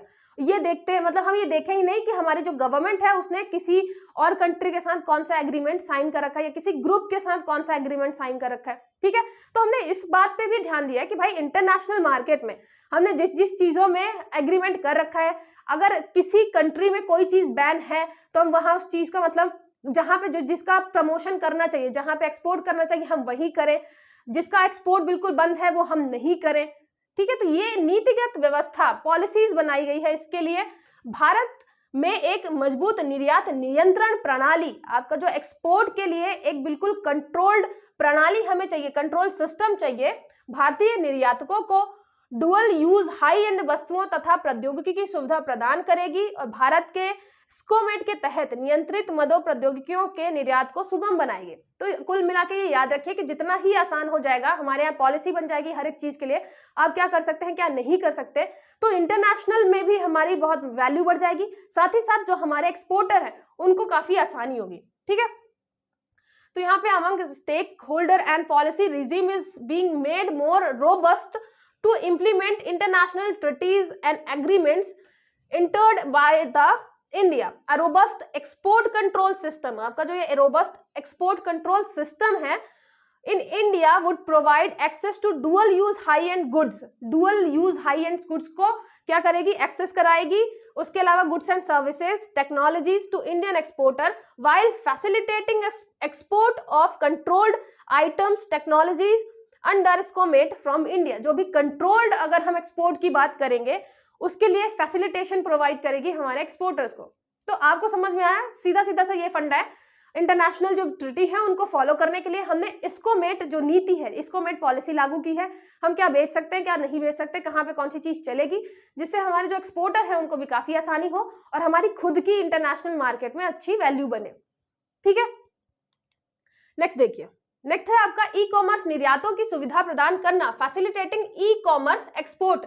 अब ये क्या है, विभिन्न अनुमानों से कहा गया कि 2030 तक आपका 200 बिलियन डॉलर से 300 बिलियन डॉलर की सीमा पार कर जाएगा ई कॉमर्स निर्यात की क्षमता। मतलब आपका जो ई कॉमर्स एक्सपोर्ट है वो 200 से 300 बिलियन जो डॉलर है पूरा मार्केट वो क्रॉस कर जाएगा। 2023 एफटीपी आपका जो फॉरेन ट्रेड पॉलिसी 2023 है, इसमें ई कॉमर्स हबों की स्थापना, पेमेंट रिकॉन्सिलेशन, उसके अलावा बुक कीपिंग, रिटर्न नीति और निर्यात पात्रता जैसे संबंधित तत्वों के लिए अभिप्राय और रूपरेखा दर्शाती है। E commerce expert are a promising category in that requires distinct policy intervention from the traditional offline trade. Various estimates suggest e-commerce export potential in the range of 200 to 300 billion by 2030। 2030 तक 200-300 billion पहुंच जाएगा।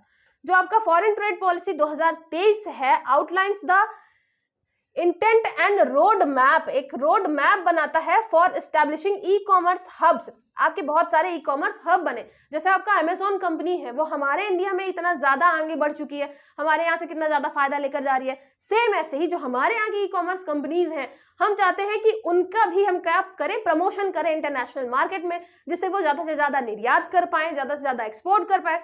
इसके लिए हम बना रहे हैं e commerce hub. ठीक है, and related elements such as payment reconciliation, book keeping, return policy, export entitlement. तो ये सारी चीजें हम कर रहे हैं जिससे हमारे यहाँ जो ई कॉमर्स है उसको क्या मिले, बहुत ज्यादा प्रमोशन मिले। ठीक है, तो ये सिंपल सी चीज है, आपको समझ ही आ रहा है, इसका इतना ज्यादा मार्केट है इसलिए हम ई कॉमर्स के लिए अलग से ई कॉमर्स हब बना रहे हैं। साथ ही साथ उसमें बुक कीपिंग वगैरह हो गया, उसके अलावा आपका ये रिटर्न पॉलिसी हो गई, इन सारी चीजों पे भी काम कर रहे हैं, एक पूरा का पूरा रोड मैप तैयार कर रहे हैं। ठीक है, नेक्स्ट देखिए।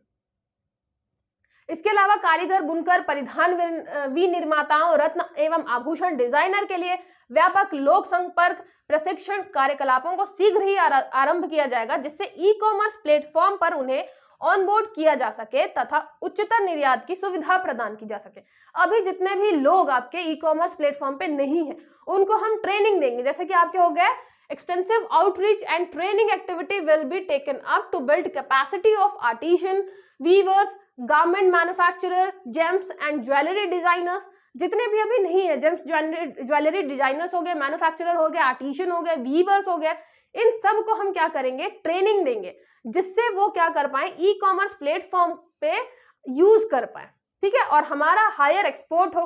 तो सिंपल सी बात है, जो लोग नहीं है हम उनको भी लाना चाहते हैं आपके प्लेटफॉर्म में, और उसके लिए हमें सबसे ज्यादा इंपॉर्टेंट है प्रशिक्षण, ट्रेनिंग देनी पड़ेगी। ठीक है, फिर नेक्स्ट आता है आपका पूंजीगत वस्तु निर्यात संवर्धन, ईपीसीजी स्कीम के तहत सुगमीकरण। यहाँ पे आ गया ईपीसीजी, मैं आपको जब बार बार कह रही थी ना कि अभी ये आएगा, यहाँ पे है फैसिलिटेशन अंदर export promotion of capital goods. मैंने कल आपको बताया था दो टाइप के होते हैं गुड्स, कैपिटल गुड्स और आपका एक कंज्यूमर गुड्स। कैपिटल गुड्स की हम बात कर रहे हैं, जैसे कि आपका मैंने एग्जांपल भी दिया था कि जैसे मैं अभी पढ़ा रही हूँ और अभी मुझे लग रहा है कि मुझे एक ऐसी कोई मशीन मंगानी चाहिए, जैसे कि एक बोर्ड है, मुझे एक और बोर्ड क्या करना चाहिए, आयात करना चाहिए, इंपोर्ट करना चाहिए, जिससे मैं ज्यादा से ज्यादा सर्विसेज दे पाऊं, एक्सपोर्ट कर पाऊं अपनी सर्विसेज। मतलब मैं मान लीजिए अमेरिका के बच्चों को पढ़ा रही हूँ, उसके लिए मुझे एक और बोर्ड लेना है, जिससे मैं अपनी सर्विसेज और ज्यादा बढ़ा पाऊं, मैं अपना निर्यात और ज्यादा बढ़ा पाऊं। तो मैं क्या करूंगी, जो आपकी ये बोर्ड मंगाऊंगी वो इस स्कीम के अंतर्गत मंगाऊंगी, ईपीसीजी स्कीम, जिसके कारण क्या होगा, इस मशीन में जो भी आपकी टैक्सेशन वगैरह है, ड्यूटी फीस है जितनी भी, वो बिल्कुल खत्म कर दी जाएगी गवर्नमेंट के द्वारा। ठीक है, तो the EPCG scheme which allow import of capital goods at a zero consumer duty for export production is being further rationalised. ठीक है, तो यहाँ पे मैं क्या करूंगी, यहाँ पे सीमा शुल्क जो है वो शून्य है। किसके लिए, ये भी याद रखिएगा, सिर्फ कंज्यूमर कैपिटल गुड्स के लिए, ये भी याद रखिएगा, है ना, कैपिटल गुड्स की बात कर रहे हैं, जीरो कस्टम ड्यूटी है एक्सपोर्ट प्रोडक्शन में। लेकिन हाँ, मुद्दा ये होना चाहिए कि मैं जो भी मंगा रही हूँ, जैसे यहाँ पे हमारी सरकार बिल्कुल जीरो पैसा ले रही है, पैसा ले ही नहीं रही है, मैंने बढ़िया मंगाया, मुझे सस्ता पड़ गया, अब मैं जो भी एक्सपोर्ट करूंगी तो सरकार ये एक्सपेक्ट करती है कि आने वाले 6 सालों में मैं लगभग अपना 6 गुना बढ़ा लूं एक्सपोर्ट। ठीक है, तो गवर्नमेंट भी फिर मेरे से एक्सपेक्ट करेगी कि भाई आपका एक्सपोर्ट बढ़े। ये नहीं कि हमने पैसे भी आपके कम कर लिए, आपने बढ़ा मतलब मंगा भी लिया, लेकिन आपने फिर एक्सपोर्ट किया ही नहीं, आप इंडिया के बच्चों को ही पढ़ाने लग गए। तो ये भी चीज होती है कि गवर्नमेंट उसके लिए फिर कुछ पॉलिसी वगैरह डिसाइड करती है कि अगर आप ये स्कीम का फायदा लेते हो तो फिर आपको ये करना पड़ेगा। ठीक है, फिर नेक्स्ट हो गया आपका अग्रिम प्राधिकरण स्कीम के तहत सुविधा, facilitation under advance authorisation scheme. एक आपका ईपीसीजी स्कीम है, एक है आपका एडवांस ऑथराइजेशन स्कीम। इसमें क्या होता है, advance authorisation scheme assessed by DTA units provide duty free import of raw materials। यहाँ पे याद रखिएगा, जब हम यहाँ पे आपका क्या है, ये ईपीसीजी की बात करते हैं, तो ईपीसीजी में याद रखिएगा, यहाँ पे डिफरेंस देख लीजिए, आपका जो ईपीसीजी है और आपका एडवांस ऑथराइजेशन है, ये आपकी दो अलग अलग स्कीम है। एडवांस ऑथराइजेशन में हम बात करते हैं रॉ मटेरियल की, रॉ मटेरियल को इंपोर्ट करने की बात करते हैं, आयात करने की बात करते हैं, कि जो मान लीजिए मैं कोई वस्तु बना रही हूँ, मान लीजिए मैं ये पेन बना रही हूँ, इसका जो रॉ मटेरियल है वो मुझे मंगाना पड़ता है। तो ये पेन जो मैं मंगाऊंगी फिर बनाऊंगी, तो मेरा मेन उद्देश्य क्या है, इसको फिर मैं निर्यात करूंगी किसी दूसरे देश में।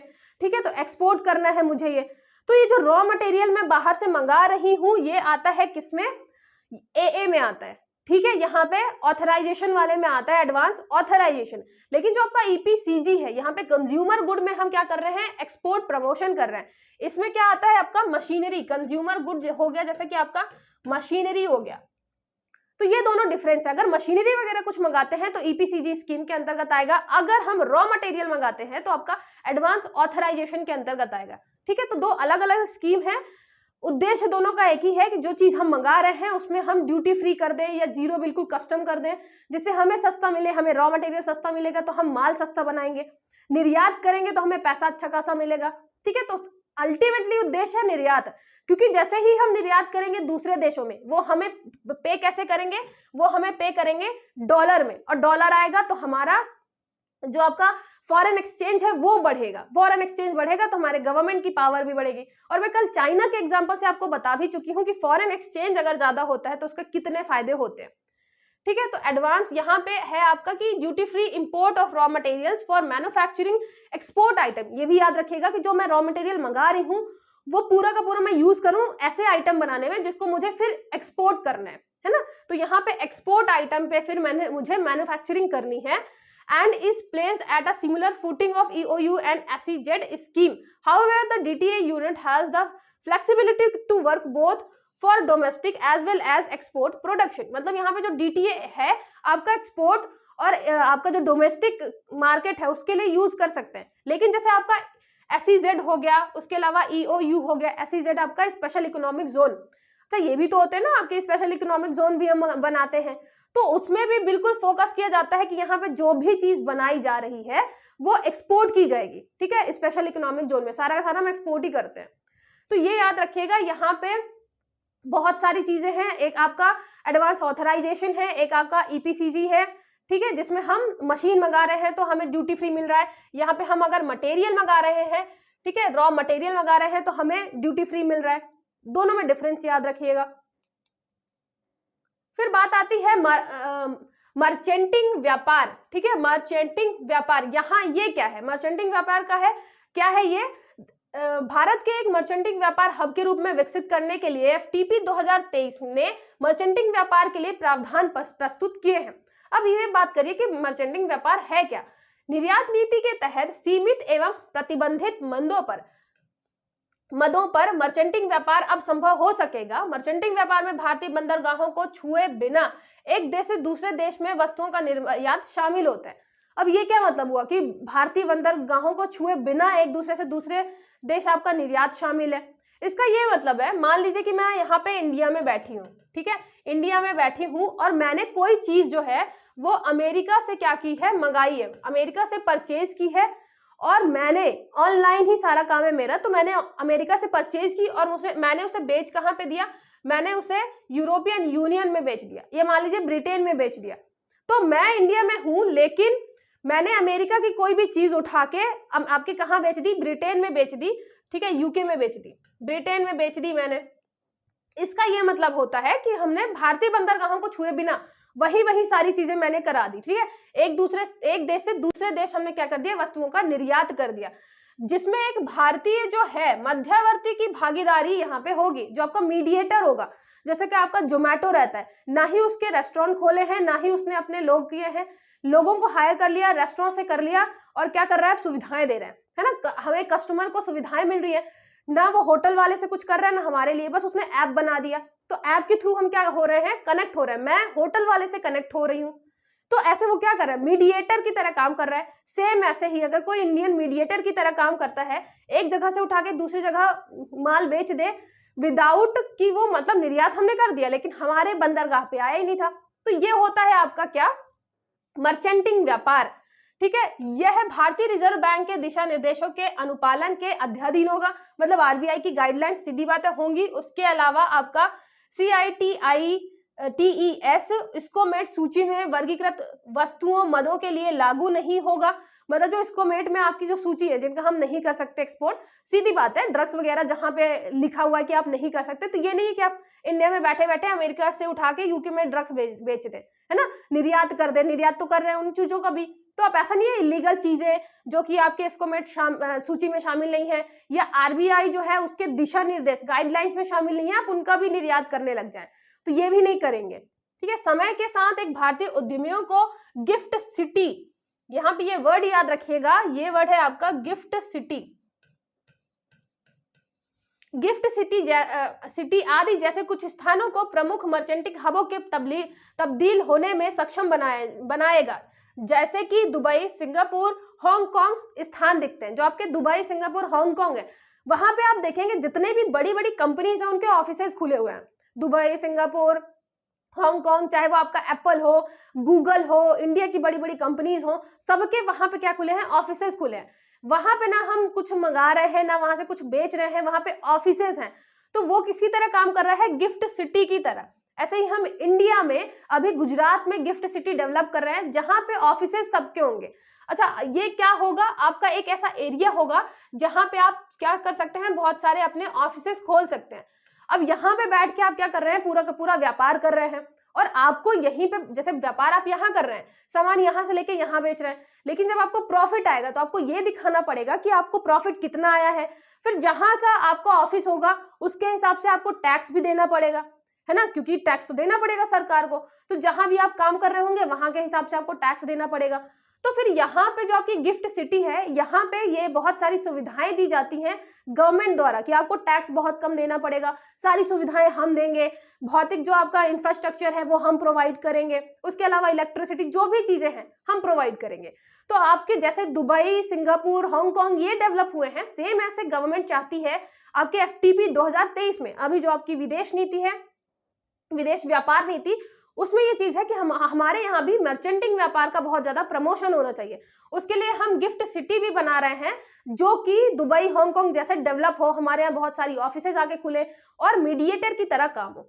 ठीक है, तो ये याद रखिएगा, हम मर्चेंटिंग ट्रेड की बात करते हैं, involve shipment of goods from one foreign country to another foreign country without touching Indian ports. ठीक है, इन्वॉल्विंग एन इंडियन इंटरमीडिएटरी, याद रखिएगा इंटरमीडिएटरी की तरह काम करेगा आपका इंडियन। फिर RBI गाइडलाइंस के हिसाब से होना चाहिए, applicable for goods and item classification. आपका जो साइट्स कन्वेंशन जो है, जिसके अंतर्गत बहुत सारी चीजें हैं, जिसमें बताते हैं क्या क्या एक्सपोर्ट कर सकते हैं, क्या नहीं कर सकते, आपका इसकोमेट लिस्ट है। इन सब के बाद ही आप एक्सपोर्ट इंपोर्ट कर सकते हैं ना, मीडिएटर ऐसा नहीं आप किसी भी चीज के बन जाइए।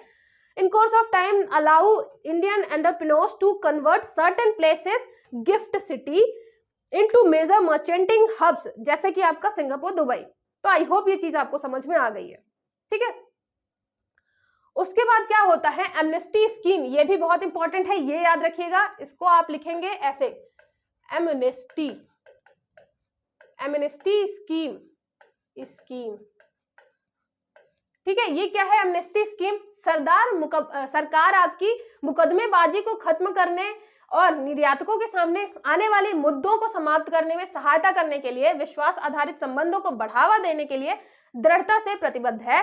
इसके लिए आया है विवाद से विश्वास पहल के अनुरूप, जिसमें कर विवादों को सौहार्दपूर्ण तरीके से निपटाने की इच्छा जताई जाती है। मतलब मैंने आपको बताया ना कि हम इतनी सारी स्कीम्स गवर्नमेंट दे रही है, जैसे आपका हो गया EPCG हो गया, एडवांस ऑथराइजेशन हो गया, बहुत सारी जो स्कीम दे रही है, तो उसके अंतर्गत वो ये भी रखती है कि भाई आपको अगर हम फ्री में कर रहे हैं, ड्यूटी फ्री कर रहे हैं, तो आपको भी कुछ काम करना पड़ेगा। जैसे मान लीजिए कि इतने % आपको एक्सपोर्ट करना पड़ेगा, इतना प्रॉफिट जनरेट करना पड़ेगा, जिससे गवर्नमेंट को फॉरेन एक्सचेंज मिले। तो अगर वो नहीं कर पाती है, गाइडलाइंस फॉलो नहीं कर पाती, तो क्या होता है, फिर मुकदमे होते हैं। हमारे यहाँ क्या होगा, strongly commit to reduce litigation होगी बहुत ज्यादा। अब जैसे ही मान लीजिए लिटिगेशन होगी, आपको भी पता है बहुत टाइम लग जाता है, तो जो आपके एक्सपोर्टर होंगे, जो निर्यातक होंगे, वो डिमोटिवेट होंगे कि यार ये काम नहीं करना, अच्छा नहीं है, टाइम चला गया, पैसे चले गए। तो इसको सॉल्व करने के लिए सरकार ने क्या किया है कि हमने एक एमनेस्टी स्कीम लेकर हम आए हैं, जिसमें क्या होगा, एक ट्रस्ट बेस्ड रिलेशनशिप होगा। सरकार बैठ के जल्दी से जल्दी सॉल्व करने की कोशिश करेगी, क्या इशू है, क्या कर सकते हैं, to help alleviate the issues faced by exporter. जितने भी जो प्रॉब्लम्स है फेस की जाती हैं एक्सपोर्टर द्वारा, तो वो सारी हटाई जाएंगी। ये नाम याद रखिएगा, विवाद से विश्वास जो है, ये आपका लाइन है, इनिशिएटिव है, which sought to settle tax dispute. आपको पता है टैक्स डिस्प्यूट होंगे ज्यादा से ज्यादा, तो उसको सेटल करने के लिए है। द गवर्नमेंट जो है introducing a special one time amnesty scheme under the FTP 2023 to address default on export obligation. यहाँ पे क्या है कि एक बार एमनेस्टी स्कीम भी ला रही है। जैसे आपको याद होगा कि जिसने भी टैक्स नहीं दिया था, तो सरकार थोड़े टाइम पहले लेकर आई थी टैक्स के लिए कि ऐसा करो, आपने अभी तक नहीं दिया, कोई बात नहीं, इकट्ठा आप एक साथ इतने % दे दो, फिर हम आपको बिल्कुल तंग नहीं करेंगे, कोई ED नहीं जाएगा, कोई भी आपका टैक्स वाला नहीं जाएगा आपके यहाँ छापा मारने, है ना। तो आप टैक्स एक साथ कर दो। सेम ऐसे ही एमनेस्टी वाले में ही है कि हम बात करके आपको क्या कर लेंगे, एक बार में फिक्स कर देंगे कि आपको सिर्फ इतना ही देना पड़ेगा, जिससे आपकी जो ये लिटिगेशन वाली प्रॉब्लम है वो बढ़े नहीं। ठीक है, तो ये आ गई आपकी एमनेस्टी स्कीम, जो कि आपके फॉरेन ट्रेड पॉलिसी 2023 में ही रखी गई है। फिर नेक्स्ट देखिए, यहाँ पे कुछ टर्म्स है जो आपको जानने चाहिए, क्वेश्चन आ भी सकते हैं नहीं भी, लेकिन मैंने बता दिया। जैसे बैलेंस ऑफ पेमेंट जो आपका बीओपी है, ये इकोनॉमी में आप पढ़ते हैं, इसका मेन जो सीधा सीधा है वो ये होता है निर्यात, जो आपका एक्सपोर्ट है, निर्यात माइनस आयात। अगर हम आयात ज्यादा कर रहे हैं तो आपका बैलेंस ऑफ पेमेंट क्या है, वो निगेटिव होगा। निगेटिव होगा मतलब हम जितना डॉलर कमा नहीं रहे उससे ज्यादा हम दे रहे हैं, ठीक है। तो आपका बैलेंस ऑफ पेमेंट अच्छा होना चाहिए, उसके लिए हमारा निर्यात ज्यादा होना चाहिए, एक्सपोर्ट ज्यादा होना चाहिए, ठीक है। भारत सबसे बड़ा निर्यातक देश जो है भारत का, हम कहाँ, मतलब भारत को कौन सबसे ज्यादा निर्यात करता है, तो चीन करता है। हम सबसे ज्यादा चीन से सामान मंगा रहे हैं।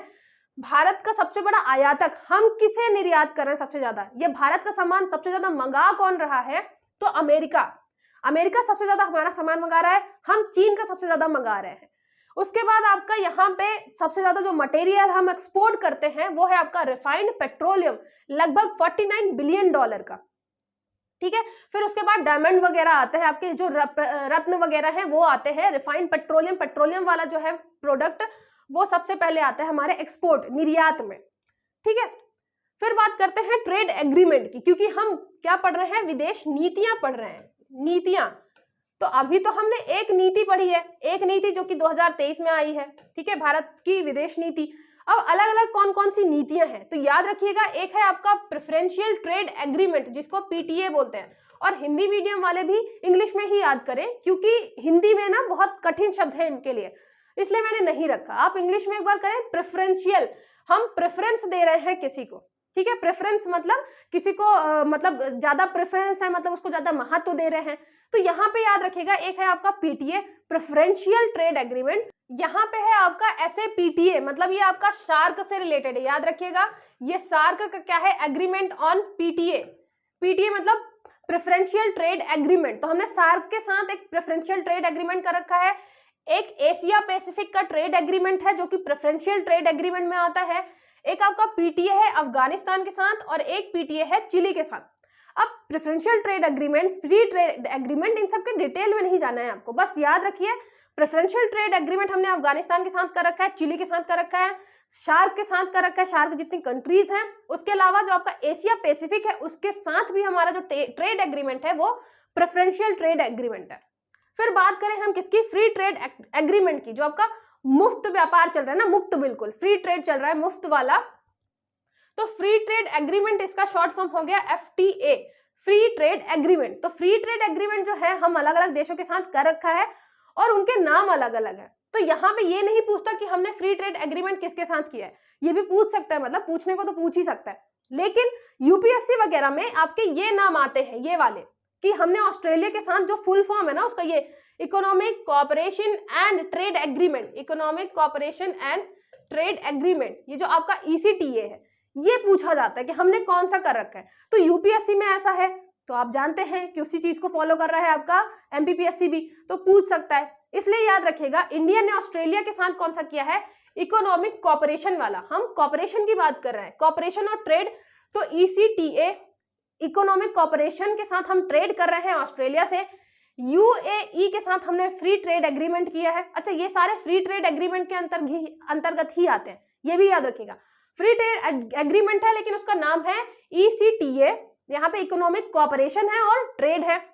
यूएई जो है आपका संयुक्त अरब अमीरात, उसके साथ हमने कॉम्प्रिहेंसिव इकोनॉमिक पार्टनरशिप एग्रीमेंट कर रखा है, कॉम्प्रिहेंसिव इकोनॉमिक पार्टनरशिप एग्रीमेंट, ईसीपीए, ठीक है। तो एक है आपका ईसीटीए, ये है आपका सीईपीए, है ना, ईसीईपीए कॉम्प्रिहेंसिव है, कॉम्प्रिहेंसिव है, बिल्कुल बिल्कुल बड़ा सा कॉम्प्रिहेंसिव। फिर economic partnership agreement, economic partnership में कॉम्प्रिहेंसिव एग्रीमेंट हमने कर रखा है। आसियान देशों के साथ हमने कौन सा कर रखा है, इकोनॉमिक, आपका comprehensive economic cooperation agreement, comprehensive economic cooperation agreement. याद रखिएगा, यहाँ पे हमने क्या कर रखा है, पार्टनरशिप एग्रीमेंट, यहाँ पे हमने कोऑपरेशन एग्रीमेंट कर रखा है। तो आपको दो नाम मिलेंगे, एक मिलेगा सीईसीए, एक मिलेगा सीईपीए, सीईसीए, सीईपीए। सी मतलब यहाँ पे हो गया आपका कोऑपरेशन, समन्वय की बात कर रहे हैं, कोऑपरेशन।